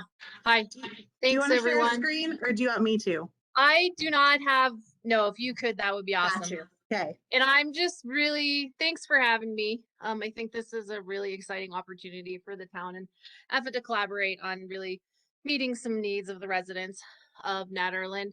I'm just gonna like whip through this PowerPoint super fast so we can get to the discussion. I'm not sure how familiar everyone is with EFA, so I just wanted to do like a quick overview. So EFA is a Boulder-based nonprofit. It's a little over 100 years old. We provide direct financial assistance to residents of Boulder County, City Boulder, BVSD Mountains. And we help with direct financial assistance, rent, mortgage, utilities, car repair, minor medical, dental, and vision needs. We also have some housing units in Boulder that we provide short-term and transitional housing to families. And, you know, for future reference, I know EFA would love to collaborate with Nederland on providing transitional and short-term housing in the mountains. In 2016, with the help of the Peak to Peak, we hired the Mountain Resource Liaison, which is me. And the best practice for serving rural communities is having embedded staff. And so that's what EFA did. And this position started at 10, it's now at 40 hours. And really, EFA has been instrumental in helping mountain residents impacted by COVID. And then who do we serve? Next slide, please, Miranda. Mountain residents of the Boulder County that are part of BVSD, and really people with a demonstrated need. We serve families, individuals, people with disabilities, seniors. Up in the mountains, we see a lot of needs in the senior population. And then with COVID, we've seen an increased need in individuals needing direct financial assistance too. So our process for assistance is very simple. Next slide, please, Miranda.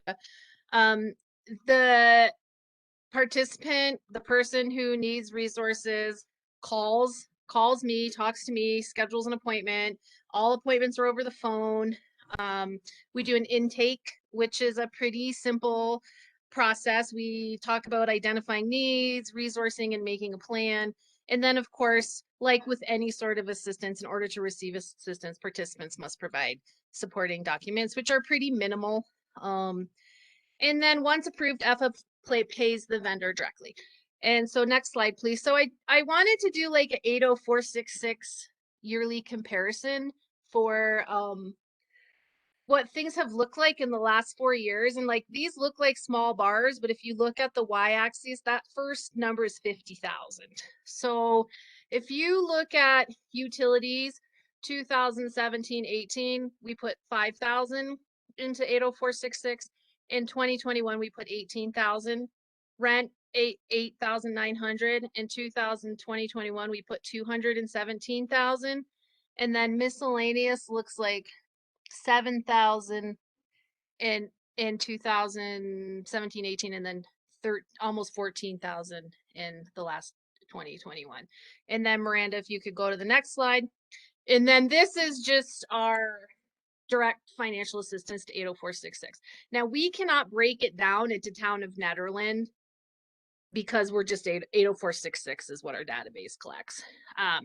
So when this position started, EFA had put out 16.4, and now in 2021, we put out $250,000 to 80466. And so then the final slide is like ideas of proposed town of net assistance.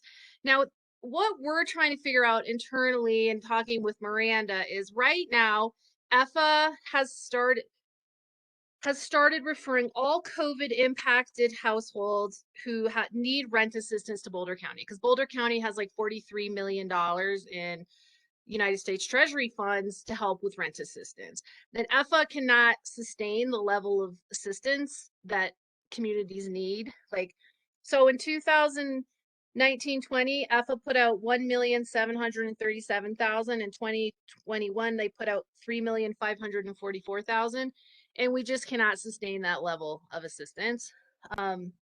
So basically what we're proposing, and would love to have a conversation with the town about, is like doing utility assistance, water assistance, and then miscellaneous assistance, and still referring the rent COVID impacted, because it's my understanding that households receiving this assistance need to be COVID impacted.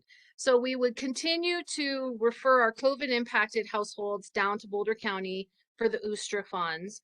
And then have this assistance available through the town and ed funds. So it'd be like one-time assistance up to $1,000 for firewood, propane, gas, and electric, one-time assistance up to $500 for water, and then miscellaneous, which is car repair and tires are a huge need up here. I think we do more miscellaneous car repair in the mountains than we do in like the whole rest of the city of Boulder.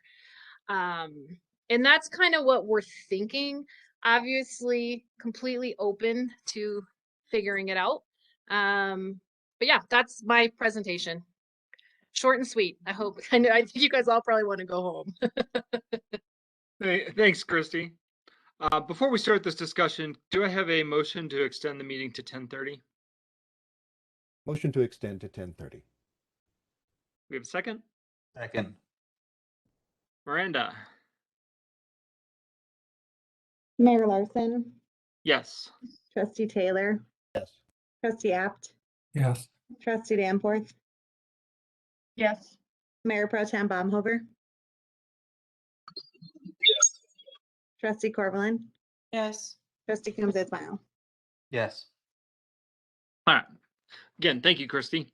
So Miranda, this is obviously just a discussion item this evening, right? We're not taking any action. Correct. We're just looking for some guidance, just kind of given that the original figure, of course, was 30,000, and you have really two options here that can be combined, or it's one or the other. We just would like to know how the board's feeling. Yeah. Was it 30,000 percent? I was having the number 45 stuck in my head. I don't know where that came from, but that is a number. All right. All right. Use that number. Yeah. Okay. Let's just start throwing this open to the floor. Eric, let's start with you.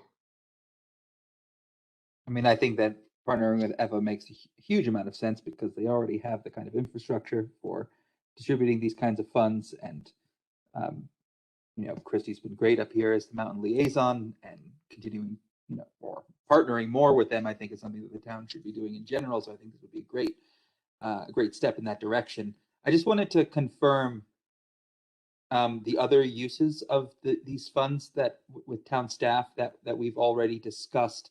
I know that we discussed grit removal. Is that right? That was coming from ARP funds. That's correct. Right?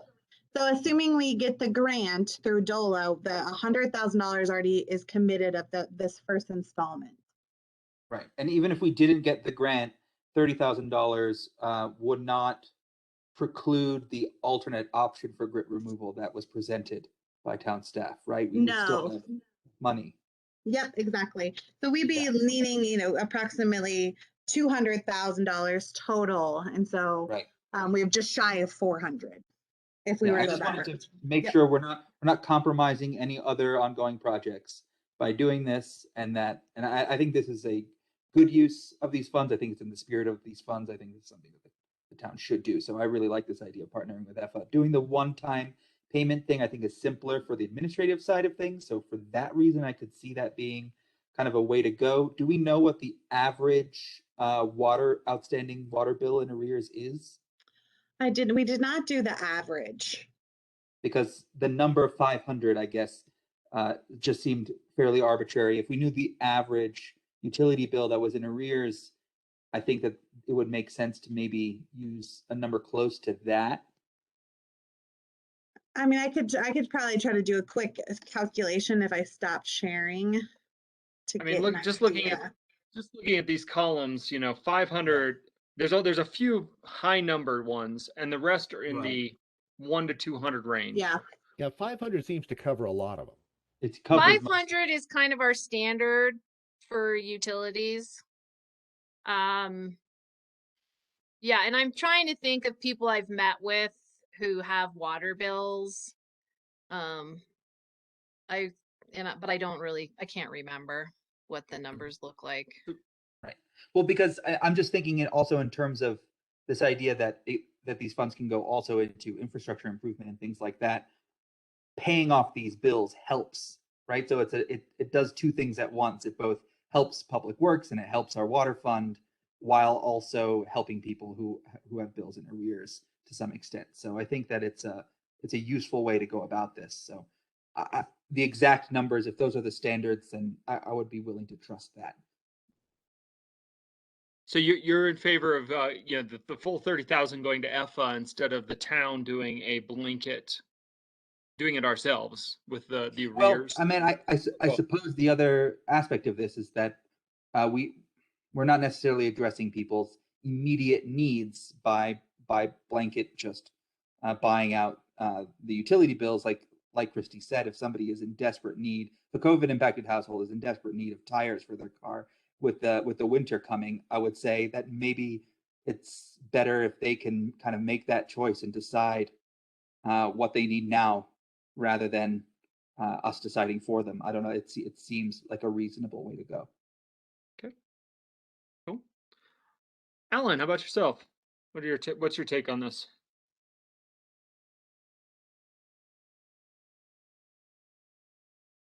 Did you say me? Yeah. Okay, sorry. I advocated for this for a while ago, and I think it's a great idea. And when I talked to Miranda and Karen at that time, they weren't sure how they would roll it out. So I think partnering with emergency family assistance makes a great deal of sense. I understand what Eric is saying about, let them make the decision. On the other hand, I think what I was envisioning was a way to help them out with things that were related to the town itself, and utilities in particular. I guess I'd like to ask Kristen what she thinks. Or Christy, is it Christy? Yeah, Christy. So in terms of, like, you were thinking the water bill helps the household and the town, so it'd be like kind of a duplicate benefit as opposed to people making their own call on what their needs are. Well, I was just thinking that, people have struggled with utility bills, and sometimes they get their utilities turned off. Yep.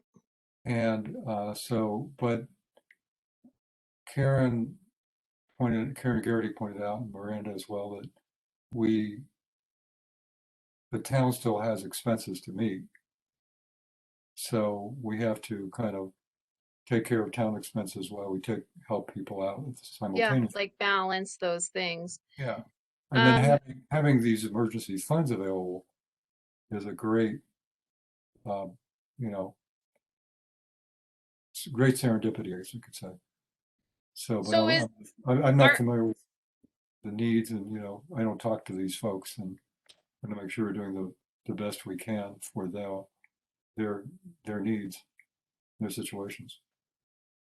So right now is the town, like, are you kind of thinking like we have 30,000 and we're either going to pay these arrears for water or we're going to gift it to EFA and then EFA will distribute as needed? Is that kind of the thinking? And I'd like That's to the offer just a broad- clarification too, that the board, that was the original 30,000 was the original amount we were talking. The board does have wiggle room if you wanted to do kind of a combination of both. I just don't want that 30,000 to be the sticking number here. There Yeah. could be, yeah, it could be 30 in both pots. You know, I mean, and that's, and the thing is, we can use some of this funding for water bills, right? But there's people in need who have paid their water bills, or their landlord pays the water bill, and maybe they're not able to pay their Excel bill, or they need firewood, or they need propane. So I think the water bill is like really just one component of the need in the community. I guess that's my thinking around it. That makes sense. Trustee Danforth?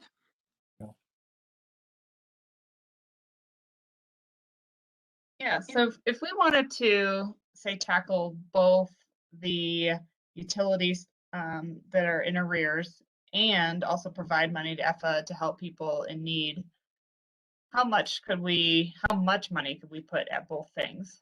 so if you were going to use just this kind of first round of funding, you have about, Rita, correct me with total amount, but it's 93,000, a little over 93,000 that we have not committed yet. But I don't know what that exact number is, Rita, if you have now. Yeah.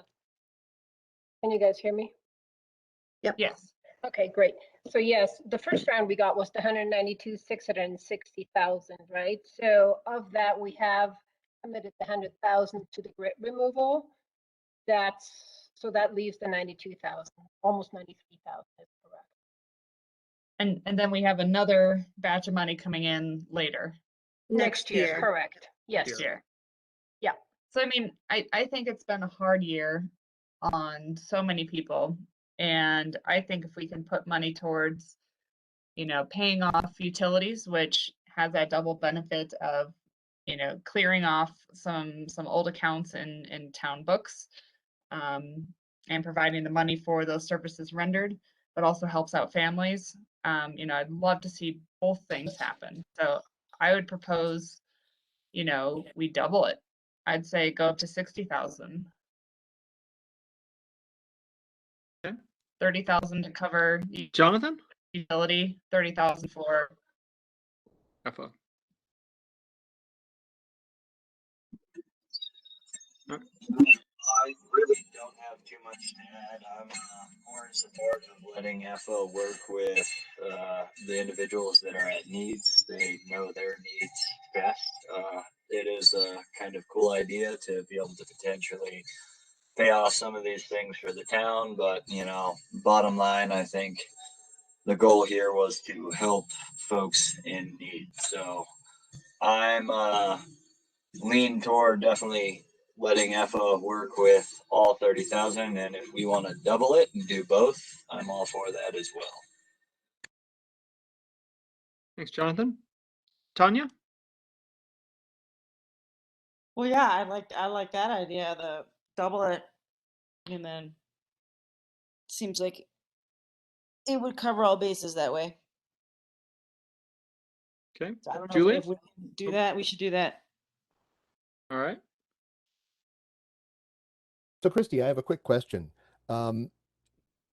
We have the list of people who would be eligible for assistance in paying their utility bills, and we're talking, I think, sewer and water. From your experience, what percentage of those people will apply for assistance? So if you have a list, like if you sent people information, how many of those people will actually make the call? Yeah, presuming we Is make that it, question? we publicize it really well. What percentage typically responds? Well, okay, so this is how things work. If you needed assistance and then you made the call and then you told Chris and then Chris made the call, everything is word of mouth. So it's really like promoting the assistance, encouraging people to call, and then it kind of is like this organic, process. How many will make the call? Some won't make the call. I mean, that's the bottom line. But when your utilities are going to get shut off, Yeah. I mean, I'd like to think 100% of the people who know the resource Right. make the call. Okay, that's good. But I don't know. I don't know that I could like just pull a percentage because I don't Yeah, I was know just, the number of people in need who aren't calling, right? yeah. Yeah, very good point. Thank you. Yeah, I have difficulty finding fault with broadening our scope. Um, and I've heard some trustees talking about giving 30,000 to EFA and using the other 30,000 for utilities.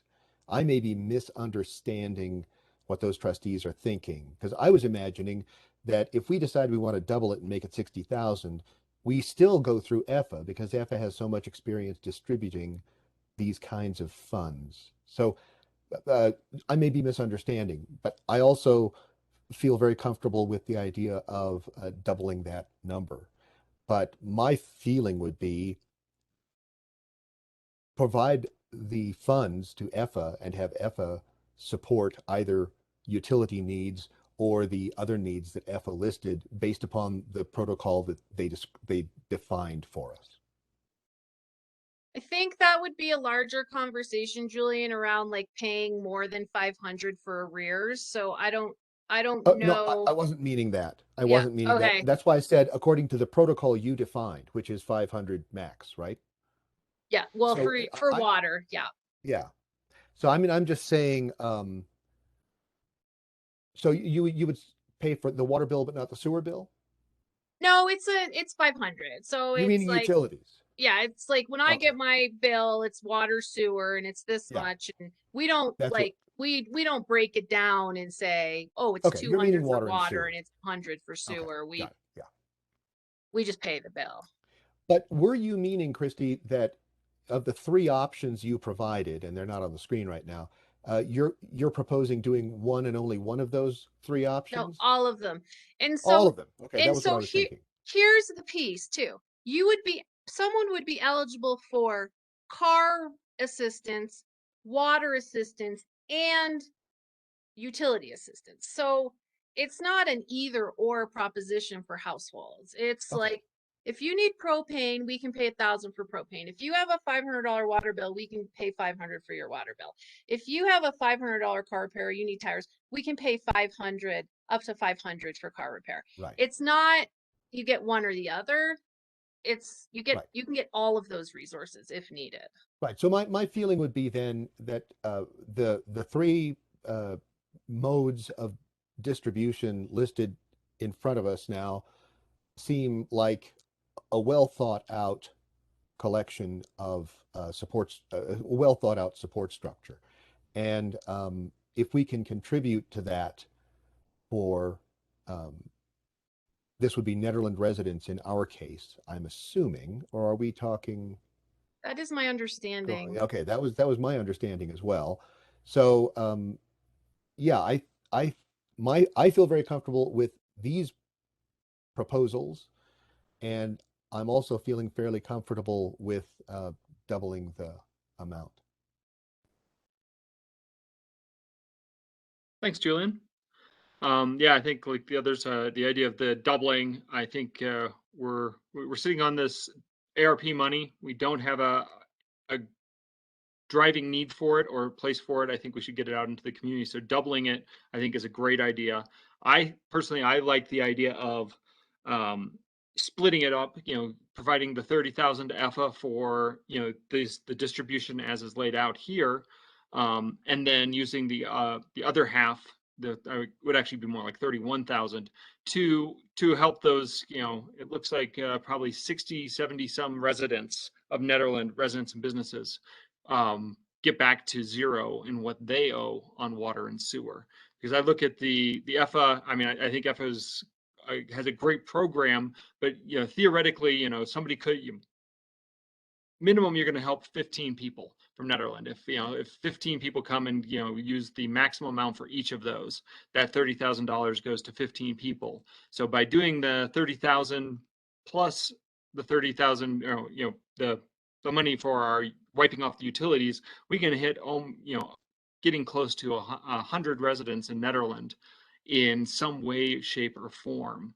And so I'm really coming down on the idea of the doubling it to do partially to EFA and partially to our cleaning up the water, the arrears of our utilities funds. But And just to say one more thing, sorry to interrupt. Nope. So these funds, like what we would use the town of Ned funds. This is going to still be available to people Other once people, we yeah. exhaust those funds. All it does is extends how much money we have to support the community. So like instead of running out of money in April, we run out of like, you know, before our fiscal year ends, we make it through the whole year and then people are eligible again. So just to be clear in that, like it really just allows us to help more people.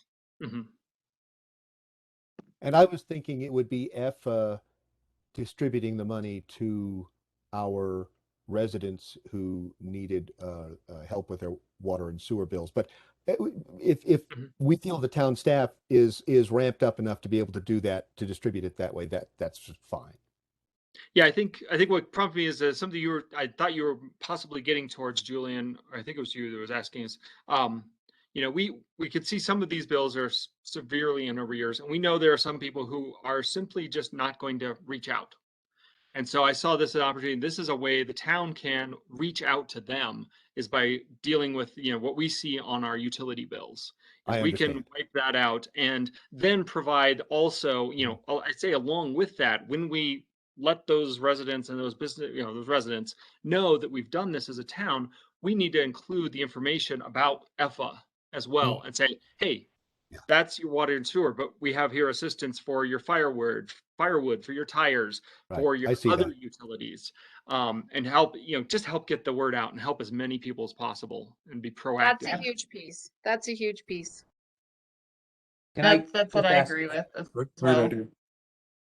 Can I ask also, Christy, EFA assistance is means tested in some way, right? Like you have to demonstrate COVID impact or something along those lines? Well, so that demonstrated need. So typically we COVID impact is really subjective at this point. But I mean, if someone says they lost their job or the school was closed and they're still catching up, or their daycare was closed, or they're working reduced hours, like they're COVID impacted, I'm not going to ask for proof that they're COVID impacted. I guess that's now, the other, you know, we do like our intake is like a very kind of like off the cuff budget, and it's looking at, you know, income and expenses, but it's not punitive. It's very strengths based. It's, you know, because what happens sometimes when you do a budget with someone, it's like, oh, well, we could help with this as well. Or like, it's more of a conversation about like what resources are available, like CCAP. Oh, I'm paying $1,000 a month for childcare. Oh, do you know about CCAP? And so it's, Great. yeah, so yes, means tested. Yeah, because I also do like the short answer, yes. That wiping the utility bills is kind of indiscriminate, and it wouldn't be means tested. It would also be able to help some businesses who are in arrears, which giving it to EFA, they won't be able to give emergency family assistance to businesses. So I do think we should do that coupled with the EFA money. And I just want to be sure with town staff that we're not compromising the grit removal project in any way if we double it. I just want that to be on the record that I don't want that to be compromised. Yeah, so I think, you know, if the DOLA grant does not work out, then we would be looking at coming to you for that second round of funding upon receipt to couple the $100,000 you've already approved with an additional 100,000. And so I guess that's also just for the board to be aware of, would be on our radar. Right, but if that additional 100,000 came from the ARP money that's coming next year, that would be okay. Yes, okay, definitely. Got it. I just wanted to make sure that that was the case. In that case, I am all about tripling this if we wanted to. So I just want to remind the board, the other thing that you asked town staff to do was to look into essential pay for currently just PD and public works. So the plan was to come forward with that. If that's maybe not a desire of the board anymore, we can of course table it. But if you were to say leave $30,000 on the table, we would bring that proposal forward for those funds. Do you have any rough numbers on that yet? Any? No, so Rita pulled the original kind of pay. I think originally the board had talked about doing kind of March to the end of the year in 2020. I would argue that's way too long of a time frame because there is a very specific calculation you must use for what premium pay looks like. So unfortunately, I don't have that preliminary information. I could, since this is a discussion item, though, bring it back along with this so you could weigh out all your options with the remaining 90,000. It'd be nice to see it all together, Yeah, I think, and then just that would sort be of good. make a decision with all the numbers in front of us. Sure. Yep. The only thing I would say is if we're all generally in agreement with the idea of 61,000, call it, for this proposal for EFA and or utilities, if we move on that and can have that as an action item at our next meeting, then we can get the funds out to people sooner instead of saying, okay, let's have another round of discussion on this. So I'd like to see if we have a nod of 4 to bring this forward at the proposal for 30,000 to EFA, 31 for the utilities offset, and then we sort of flag that additional $30-some thousand that we have from ARP for the salary support. But let's keep moving on this so we can get the money to EFA, get the money to the people who need it. Would we not be able to do the hazard pay in time for the next meeting? Would that not be possible? I could pull that together in time for the next meeting. If we all meeting. agree that we should do the hazard pay, why not do it all at once? Yeah, if we can have it ready, I think that would be fine. I just don't want us to have this get held up by another round of discussion. Do you want, I guess, just clarification though, because that would be the first time you would be reviewing. Do you want to bring it all back as an action, or do you want to then move maybe like from a discussion, you choose what you move into action? I say let's bring this back as a discussion and the other piece or bring this back as action and the other piece as a separate discussion item. Okay. Because there may be some variability in, if we know we have a set amount of money, we might have to adjust the time periods and things like that. Sure. Okay. That would be my view, but I would be looking for a nod of 4. Yeah, even as an action item, we would still be able to amend if we decided, we need $10,000 pulled back for this. So yeah, I think that's a fine approach, and That was just my concern that we would overcommit on this, and then we wouldn't be able to do the hazard pay, and then we'd be I agree. Fine. Yeah. Other thoughts, comments?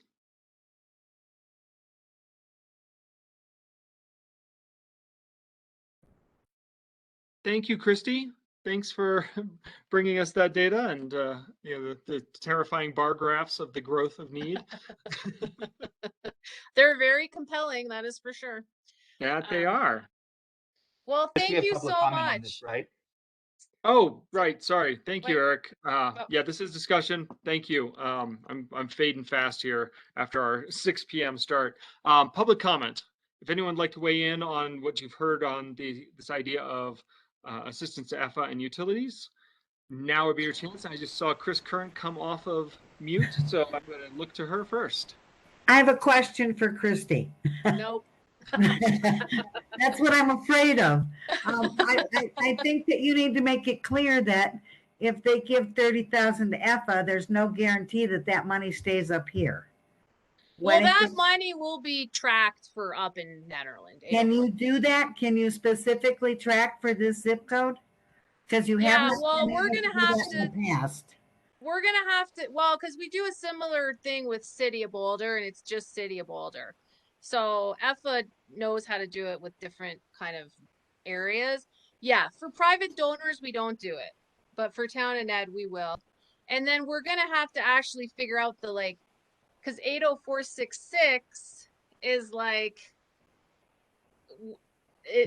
Ridge Road and Eldora and so we are going to have to figure out some boundaries, I guess. And what that's going to look like.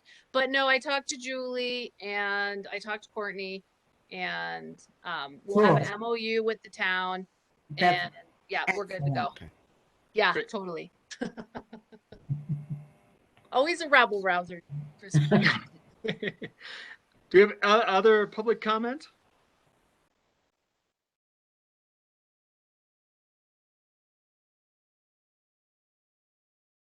Seeing and hearing none, we'll bring this back to the board and on to building codes. Awesome. Thank you, everyone. I'm going to sign off. Thanks, Christy. Thank you. Yeah. Take care. Do you want to introduce? Well, yeah. How about you introduce this, Miranda? And because should we do a meeting extension first? Your choice. All right. Let's just we'll introduce it and then we'll do one. Go ahead. Okay. Okay. So before you tonight is just an update on the international building codes. We've brought this before you a few times, but tonight it's just a recap of the feedback we received. Our team dedicated time in August to connect with advisory boards and commissions, contractors, and then put the information out to the public. And I'm just recapping pretty limited feedback. We actually did send out emails to over 30 contractors who have licenses within Nederland. Not all are necessarily Nederland-based businesses, but they pulled permits, and so they have business licenses. We only actually heard back from one, and his concern was in regards to the sprinkler requirement, and that he felt like that would automatically lead to a decrease in the number of builds in Nederland. We were just curious how this impacted Boulder, and so we contacted Ron Flax, who's the chief building code official, and included his response here that he provided to Rick. And in essence, he said, of course, people tried to build under the square footage when they first had that square footage requirement, but in general, they're not seeing the decrease in builds. I think it's safe to assume, though, anytime you change building code, people are going to try to figure out ways to build and not have to pull a permit. For example, people are going to build a shed under 200 square feet, so they don't have to pull a permit. You're always going to have that. But generally, it did not impact the number of builds that they saw over time. We also talked with an architect who got back to us, who just felt like it was really great to know. They appreciated the cost breakdown, did not have any concerns, and has been educating all of the contractors she works with that this is coming down the pipeline. So generally positive feedback from her.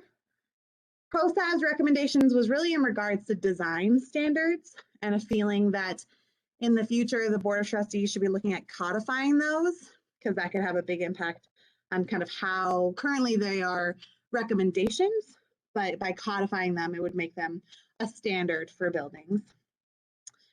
And then the Planning Commission had recommended kind of two pieces. First, that we originally said the ordinance should go into effect 1/1.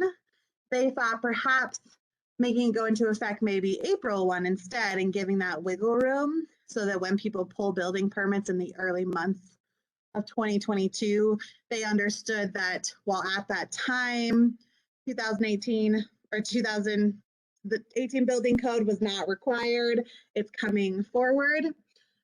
The one staff comment to that is we're already having those conversations. We really kind of drive home with most people we're talking to that 2018 building codes are likely coming.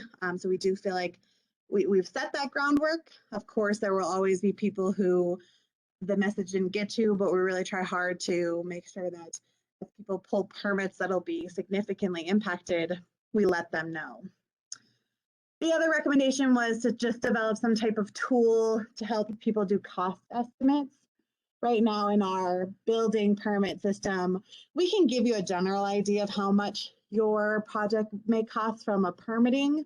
It gets a little bit harder when we're looking at maybe your building materials, whether you bring in hardy siding. And so we could have kind of a plug and play type system where based on the calculations provided in the spreadsheet, someone could get a general idea of the cost.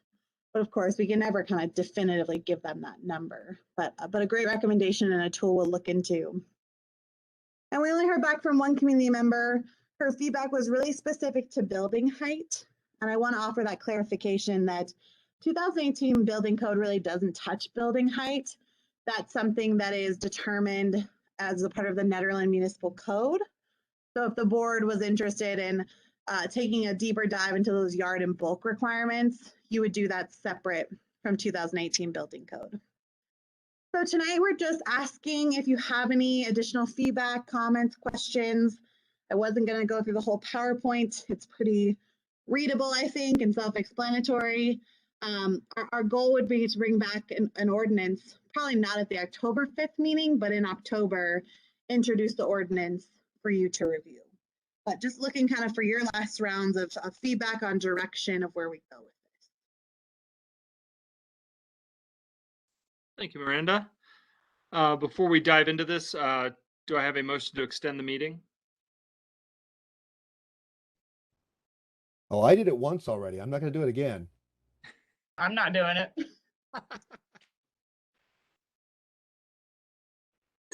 Her, I'll do it. A motion to extend the meeting.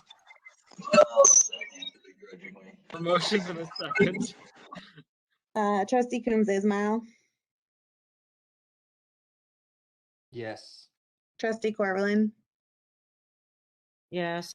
Mayor Pro Tem Baumhover, Yep.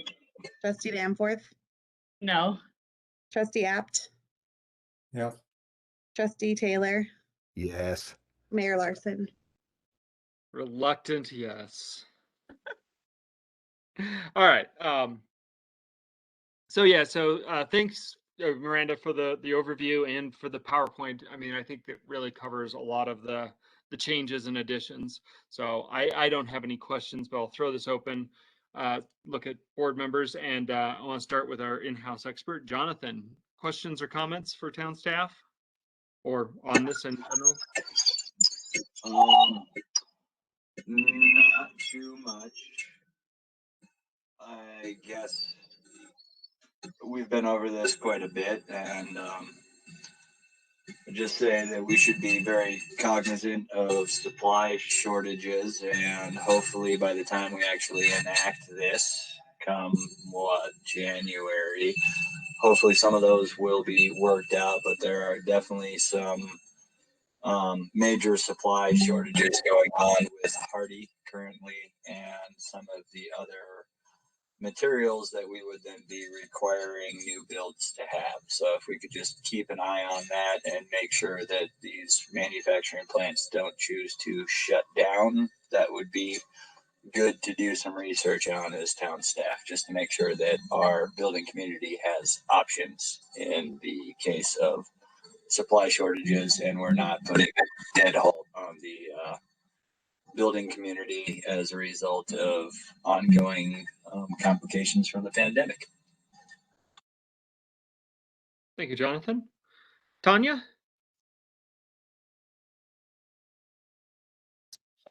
No, I don't have any questions.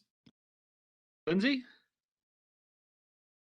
Nope, no questions. Julian? No questions. Looks fine to me. Okay. Eric? No questions. And Alan? Some things we've kicked around at, no questions, but some things we've kicked around at SAB and Jonathan was on some of these conversations. Lafayette, I believe, is requiring builders to make it easy to recharge cars and have the wiring set up in the garage. So with minimal extra cost, that's something I think would be wise to include in new homes, so that people can easily, if they buy an electric vehicle, then they can have the wiring ready to go for charging up their car.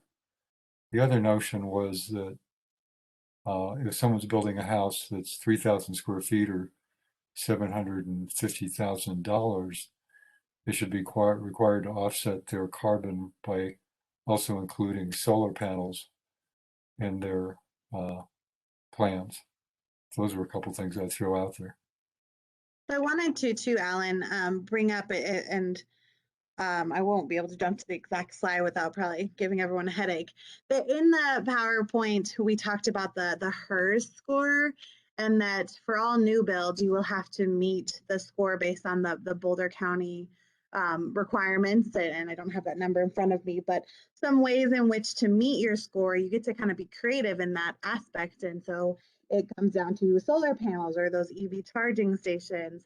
Everything you do will obviously get you a better score. And so, of course, the Board of Trustees could make these two a requirement, but right now they are a part of that expectation that in order to meet the HER score, you're going to do various sustainability measures. But it's not like a set path where you must do X, Y, and Z. You really get a choice, and every choice you make comes with a certain HERS kind of score that then Safe Built will help to make sure that your home meets your ultimate HERS score setting based on kind of the square footage of your building. That sounds good. Thank you. And I wanted to comment to Mayor Pro Tem Baumhover's party siding and just the comments on building material. We did hear that, and I know Rick Hendrickson, if he's still there, just did some kind of early preliminary looking into it prior to this meeting. And I don't think, Rick, you came up with anything yet, but it's definitely on our radar, an understanding of the material, possible material shortage. Rick, do you want to add anything? No, I think that covered it well. Certainly going to look at that. And that's one of the reasons why we're still waiting to hear from Boulder County, because they're looking at some changes to how that exterior flammability requirement is met and having some more options for it. So hopefully hear back from them soon and have more information on that for the next meeting.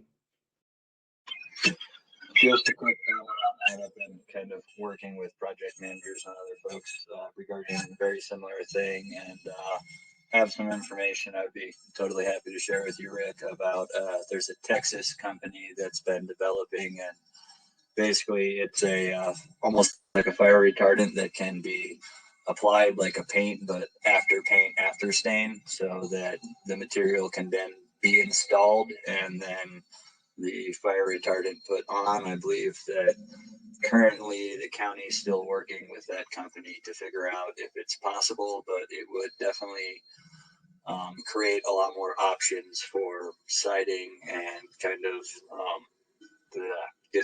getting late losing the terminology here.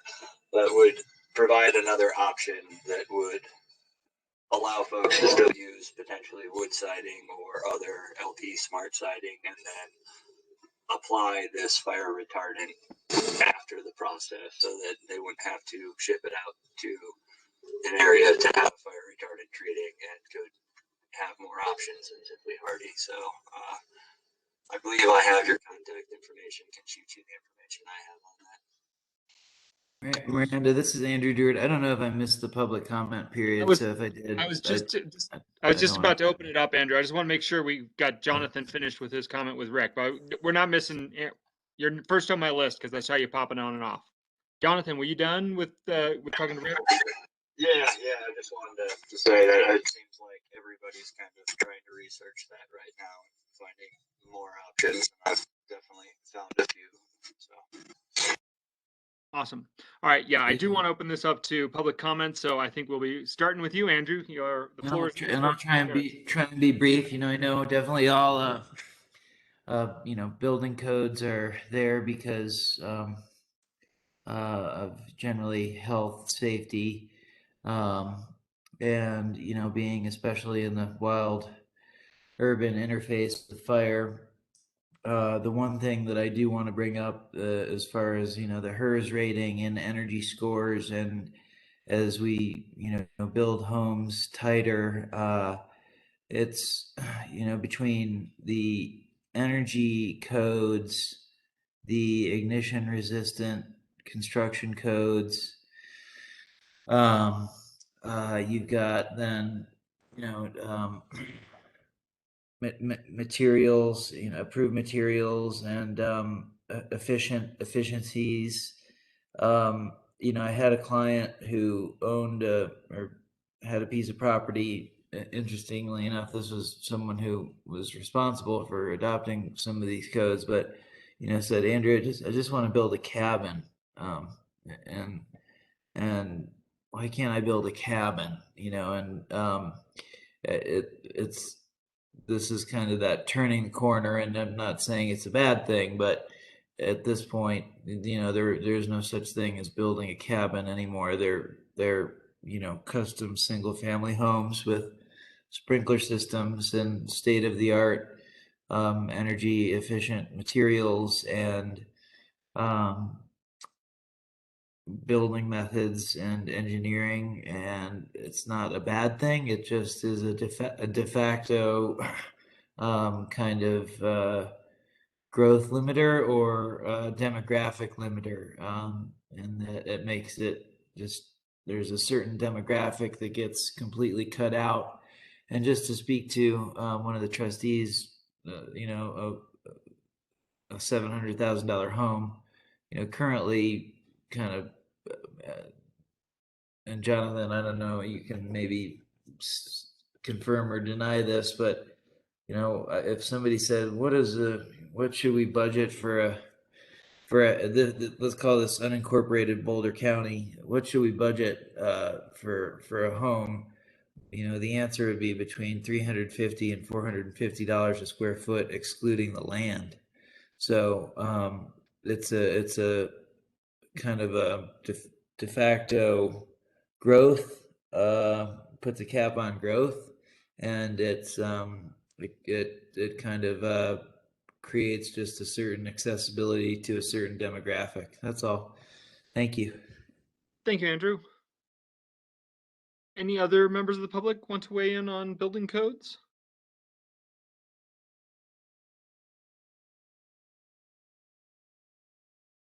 Not seeing or hearing any.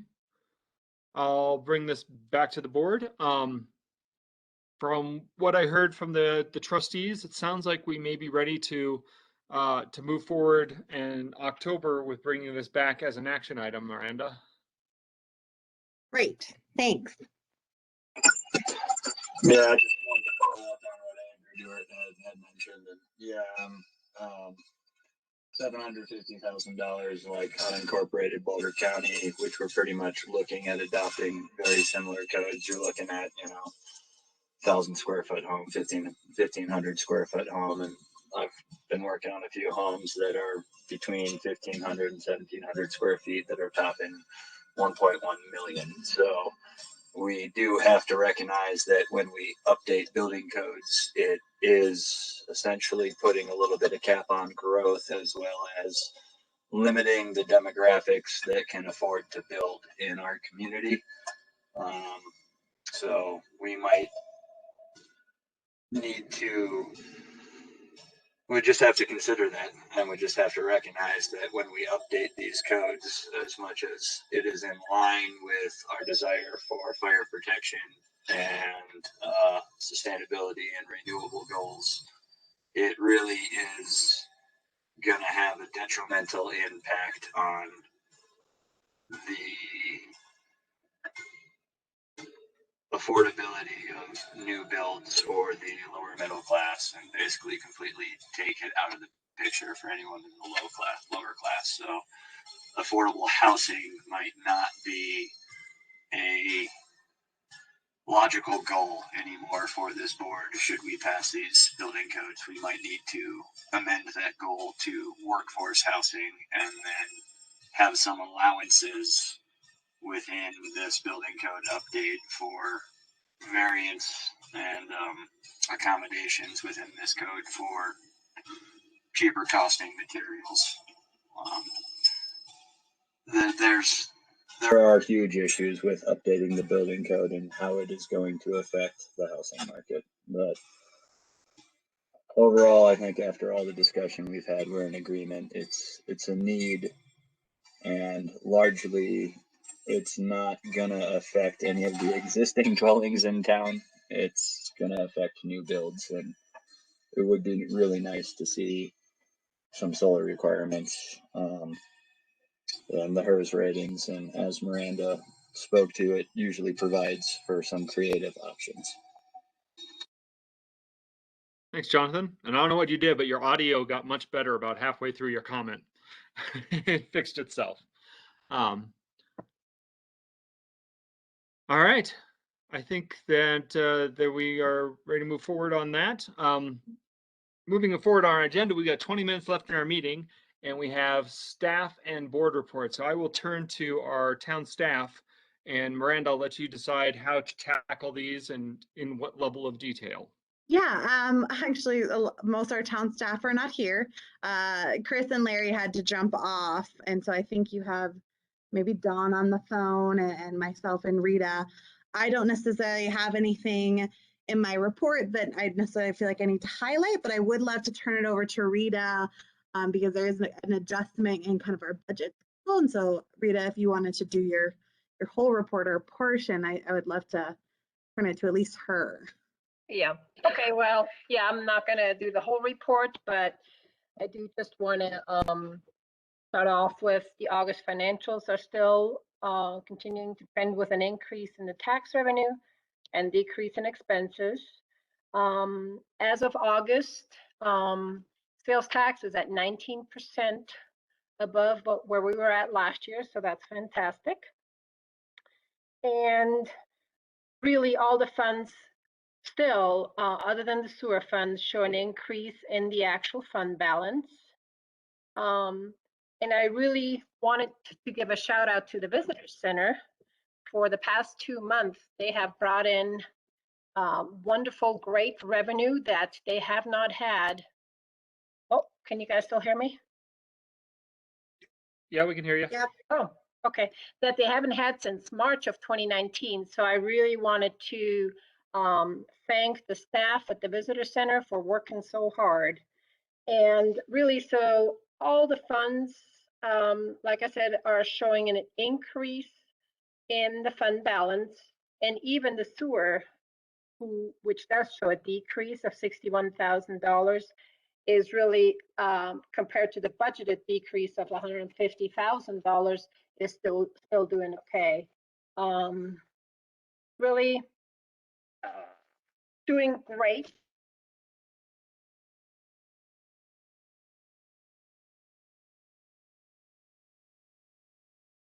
Now I think we've lost you. Yeah, Rita, do we lose you?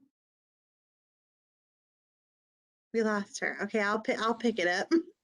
So we did a quick update to the budget. So calendar, we realized that we were missing an opportunity to review the details of the budget with the Board of Trustees at a regular meeting, which is something that we typically add in. So you'll note here, we have a work session from 6 to 8 next Tuesday, and that's going to be really looking at kind of the rolled up version of the budget and then continuing discussions from the 14th. Then we will bring the full budget and details to the Board of Trustees meeting on October 19th.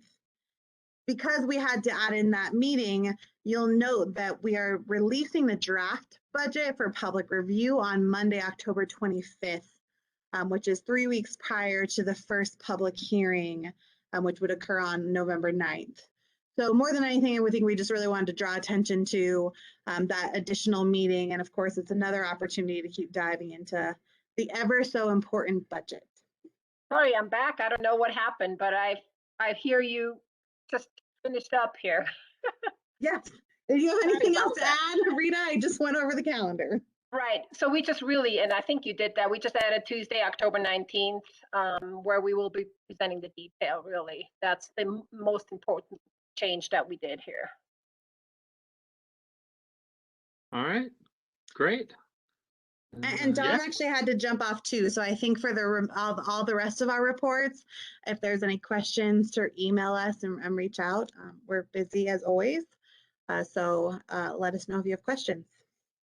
All right. I will just make a note that the budget work session is a real treat. We're glad you enjoyed it. We can't wait for the next one. Looking forward to attending the next one when I'm not actually running out to try and, get a new fridge because the old one was dying that night. So, yeah. So yeah, we hope to see you all there. I think this one will be great because we'll talk more numbers. Right. But of course, at the last session, we did start to kind of introduce some possible new positions. And those are things we'd love to keep talking to you about, as well as some of the CIP projects. All right. Thank you, Miranda. Thank you, Rita. Thanks You're for welcome. thanks for sticking with us through the entire evening.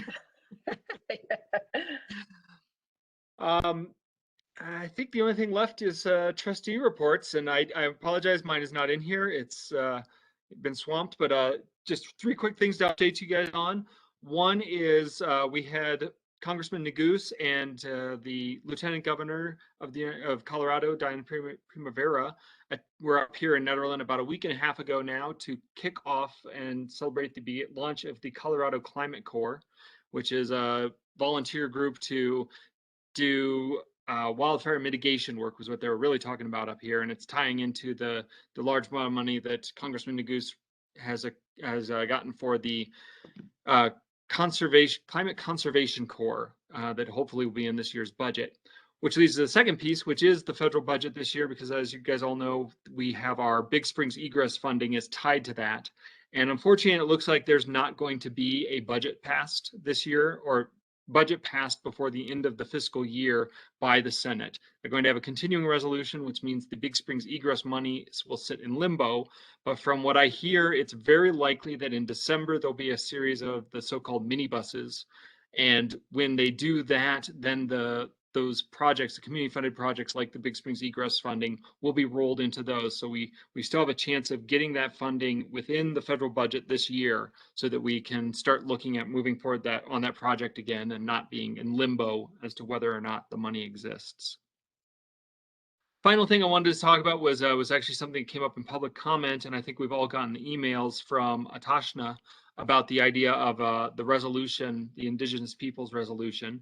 And like I said, I've been talking to her and I've exchanged some emails, and one thing I've taken on is to reach out to the tribal councils for the 3 tribes in that resolution to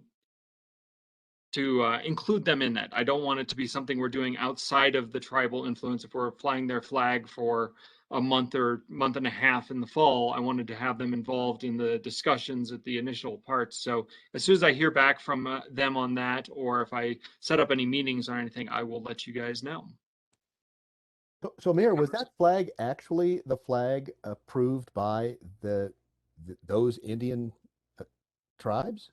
I have not even looked into that yet. Because it looked to me, based upon the headdress, that was a Sioux Indian and not any of the Indians we're discussing. Yeah, there was a second resolution that had proposed flying the 3 flags. Okay. Because I think that first one was withdrawn, the single flag, and then there was a second proposal that had the 3 flags, or the flags of the 3 tribes. Yeah, okay. I've been kind of watching it. Yeah. Okay. Jonathan, Mayor Pro Tem report.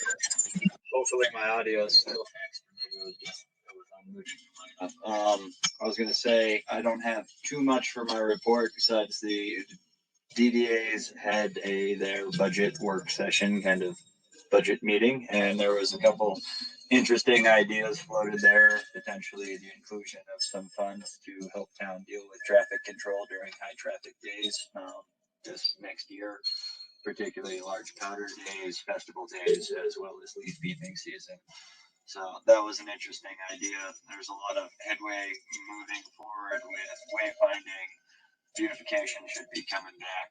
And then I just wanted to actually thank you, Mayor Larson, for getting in contact with the tribal councils, or attempting to, because that was actually the email I sent to Tashna, which was I would be happy to second that as a board member and bring that if it is something that is in the interest of the tribal councils that we do. I kind of feel like it has to be in partnership with any of these tribes should any government body choose to pass a resolution that it is actually wanted and appreciated by those tribes, and not kind of a attempt at a gesture by us that is not something that they would appreciate. So happy to hear that you are already in contact and reaching out for that, and would be more than willing to help assist you with that.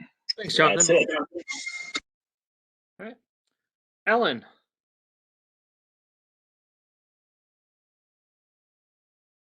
Trustee Apt. Alan. Trying to get unmuted here. I don't have anything to add to my report, other than that the Sunshare will be rolling out the plan for memberships in a solar garden. And as I mentioned earlier, this isn't in my report, but I hope in the budget process we can nail down funding for Garrett McDaniel's position. He's done a fantastic job.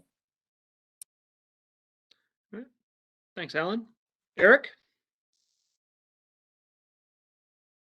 Yeah, and in addition to ProSab's kind of ongoing business with the Netherland Shoreline Trails Restoration and Stewardship Project, one of the things that the Police Department and Public Works asked for was some ideas on town codes for park and public lands, rules of how to use them that we don't actually have at the moment. And I know that the PD has been struggling to enforce any kind of town rules because they're not actually in our code.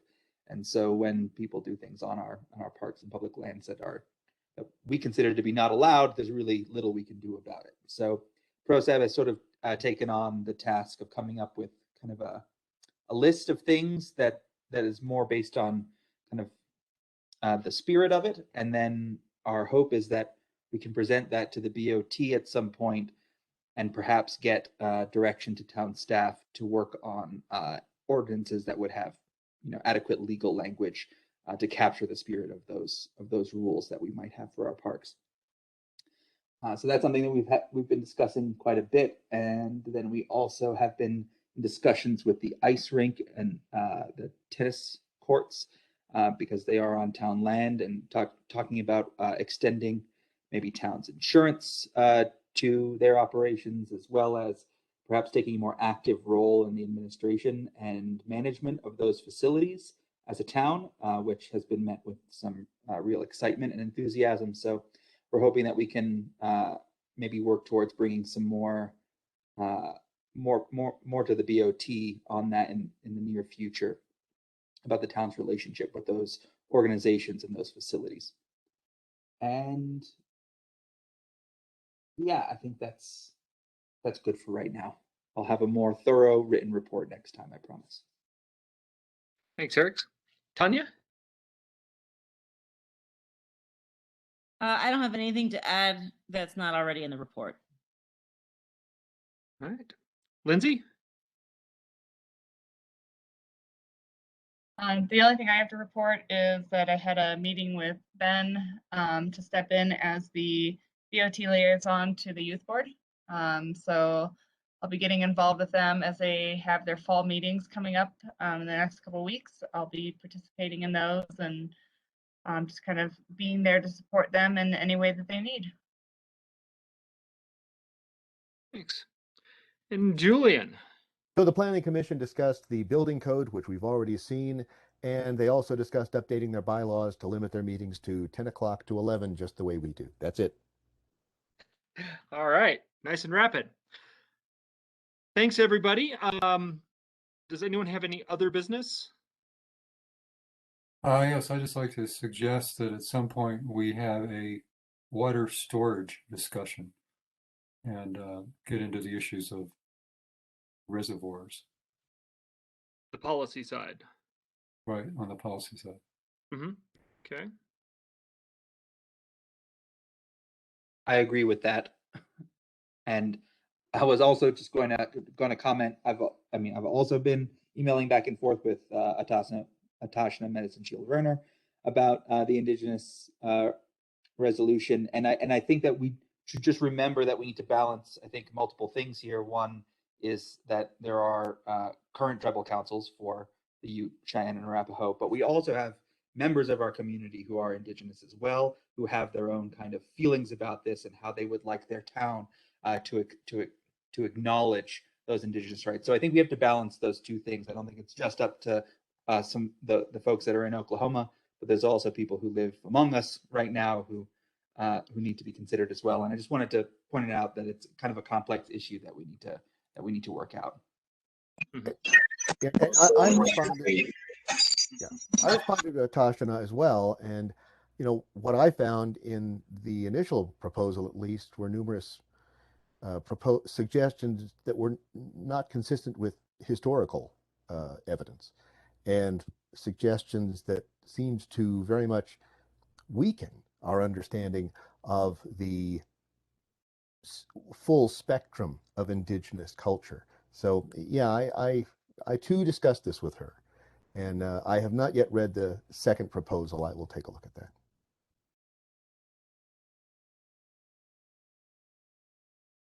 Well, let's just take a minute.